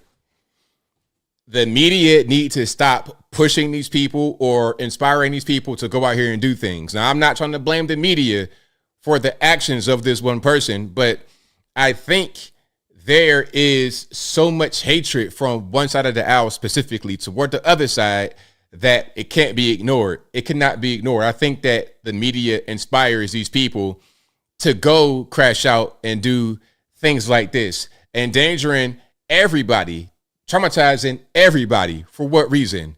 For what purpose? You see people like your Chuck Schumers and everybody, you got to fight, you got to protest, all this and that. Oh, okay. So when something like this happens, is there any accountability for those people who say things like that, who make these inflammatory comments? Is there anybody that gets in trouble? Anybody that is held accountable? I don't really think so. But we've seen violence from the left over and over and over again. All they're going to do is say about us is January 6th, and we know full and well there were a bunch of leftists and federal informants in that situation, so that can't really be placed squarely on the shoulders of the right. However, in this case, it appears to be a lone wolf. How about the guy who shot Trump? How about the guy who shot Charlie? The list goes on. The list goes on. I can name so many names going all the way back to Abraham Lincoln. This is going to be a consistent pattern from the left. Consistent. We freed the slaves. Okay, I got to kill you for it. Okay, we're going to deport the migrants. I got to go ahead and do something to you for it. I'm going to try to run over a Secret Service agent. I'm going to try to fight a Border Patrol agent. And then when I get deleted after I try to fight you, I want to claim victim. It's ridiculous. It's crazy. But I'm going to read some super chats here, and then I'm going to get up out of here. And I'm going to try my best to get a little bit of sleep tonight, get up in the morning, and hopefully we'll have new information. And I will try to give you guys a summary. I'm going to aim for 10 minutes. That's going to be my goal, to have a 10-minute summary video. But of course, there are so many sources I saw tonight. There's so many things I saw tonight. I'm going to try to make a bunch of them available on the website. So kind of like congregate right there, aggregate right there. That'll be my goal. Let me read super chats right quick. I know I've been saying it for a while, but I'm going to do it right now. Thank you to Apple Puff Daddy, who says, ABL, please sue the SPLC. Were you in a hate list? But some of these are from earlier, so pardon the context. They seem kind of out of place. But I was doing the regular show earlier. Then it became covering this story. Thank you to Mauricio, who says, if the government can't protect the commander-in-chief, ain't no way they can protect us. Hey, you can never lie. Now, in this case, they were able to protect him and everybody else, but you got a little bit too close for comfort, and there was quite a bit of security right there already in place who are trained for this specific purpose. But the majority of us in this country, 99.999%, do not have the luxury of having personal security or military protection. We don't have that kind of luxury. We don't have Secret Service for ourselves. We have just ourselves. So when people say, okay, you should not have the right to bear arms, make it make sense. People like that always have armed security. Well, I don't have the ability to have 24/7 armed security watching my house and watching my person. So I need to have the right to bear arms. That's common sense. But anyway, shout out to Mauricio for the super chat. And thank you to NJ Prepper, who says, leftist pig strike again. They did. Thank you to our Black Pearl, who says, Democrats are demons. I had to leave some Democrat family members alone because I'm a black conservative and they treat me nasty. We must stay strong. Don't back down from anyone. Trump back to speak soon. Right on. Very well said, our Black Pearl. Buff versus Windshield says, fight, fight, fight. Greatest president. Right on. Buff versus Windshield also says, how is that short, overweight woman a Secret Service agent? She can't even get the cookies on top shelf, let alone jump over an obstacle. I don't know. She might be good at what she does. She might be quick draw McGraw. She might, looks, you know what I always say, and I've been saying it quite a bit lately, never judge a book by its cover. Now, don't do it, because she might look kind of funny, but she might hit you from 200 yards away with a pistol. You never know. You never know what her skills are. You never know why she's right there. So I don't really, especially now, we got all this UFO and UAP stuff coming out. You never know what people got going on. They got some whole superpowers. You never even know. So I don't judge anybody by the cover anymore. Thank you to Tim Wesley, who says, just join your live. Was there a shooting? Yes, there was. Of course, that was much earlier in the stream. Thank you to Mauricio, who says Trump is the first black president. He is. Hey, keep getting shot at and they keep missing. Keep getting shot at and they keep missing. They keep trying to, they telling on me, told them folks about me. Okay, anyway, I'm starting rapping. Anyway, thank you to Buffer Winchell, who says Trump's aura blinded yet another assassin. That's right. Trump's aura blinded yet another assassin. Very well said. Donald J. Skywalker says, so Tucker, Candace, Megan, etc. all leave for a mysterious meeting and someone lets in an armed gunman with Trump and widow Erica Kirk in attendance. Hey, I'm not saying that's connected. I don't know nothing about that, but hey, you guys are making the inference. I don't know what Candace and Nick and all of them got going on. Thank you to Love USA 12, who says there is only political violence from Democrats to Republicans in this country, period, because Democrats are the real criminals, America haters and traitors. Facts.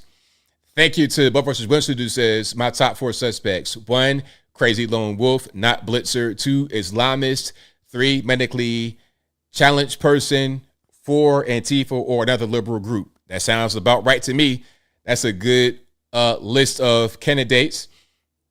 Thank you to Love USA 12, who says, if Trump is a dictator or king, you think he would be standing there talking so nicely and understandingly to those fake journalists who viciously lie about him and his whole cabinet 24/7? Exactly.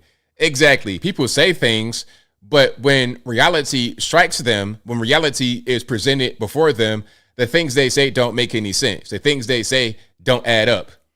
Okay, let me keep on going here. And again, if you guys been here the whole time or you just now joining or you came in at a certain point, thank you for being here. I appreciate you. Thank you to the white man 2818, who says America flag emoji, peace emoji. Thank you to Buff vs. Winston, who says no clothes. That they prepping for a grinder party. That's funny.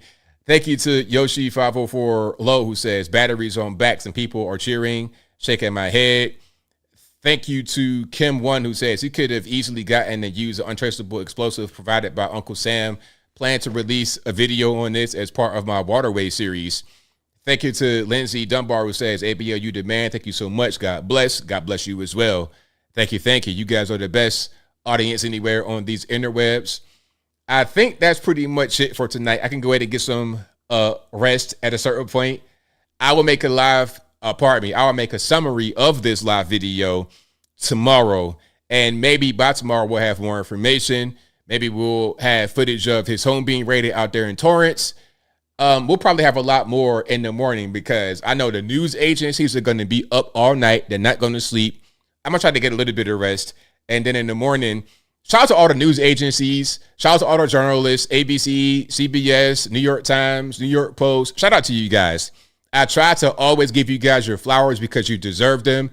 There's a lot of good guys and girls in the media. The media are not all bad people. The media are not all biased and Trump haters. Although some are, they're not all that way. There are a lot of journalists who are very well respected and do their jobs well. So shout out to you guys. We're counting on you to give us information here. And then I will be able to utilize that tomorrow when I get up. It could be more video. We can know more about this guy, Cole Allen, and we can know more about the kind of weapons he had on him. And maybe some more accounts from those at the White House Correspondents' Dinner. And again, one last piece is wrap it on up, put the bow on top.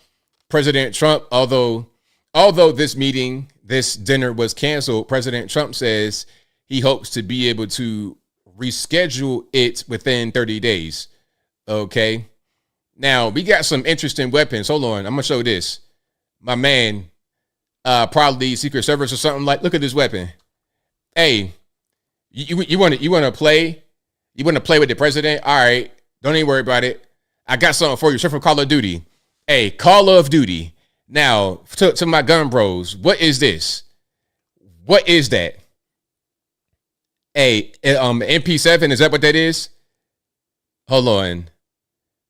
Let me make sure I'm saying the right thing. Yeah, it's an MP7. Armor piercing cartridge. Hey man, get hit with that. It's night. It is night. It is 90. That is a compact gas operated submachine gun. And for .6 millimeter by 30 NATO. You get hit with that, it's game over. If you get hit with that, your whole front piece is going to be open. It's going to look like it's going to be completely gruesome. It will be completely gruesome if you get hit with that in real life.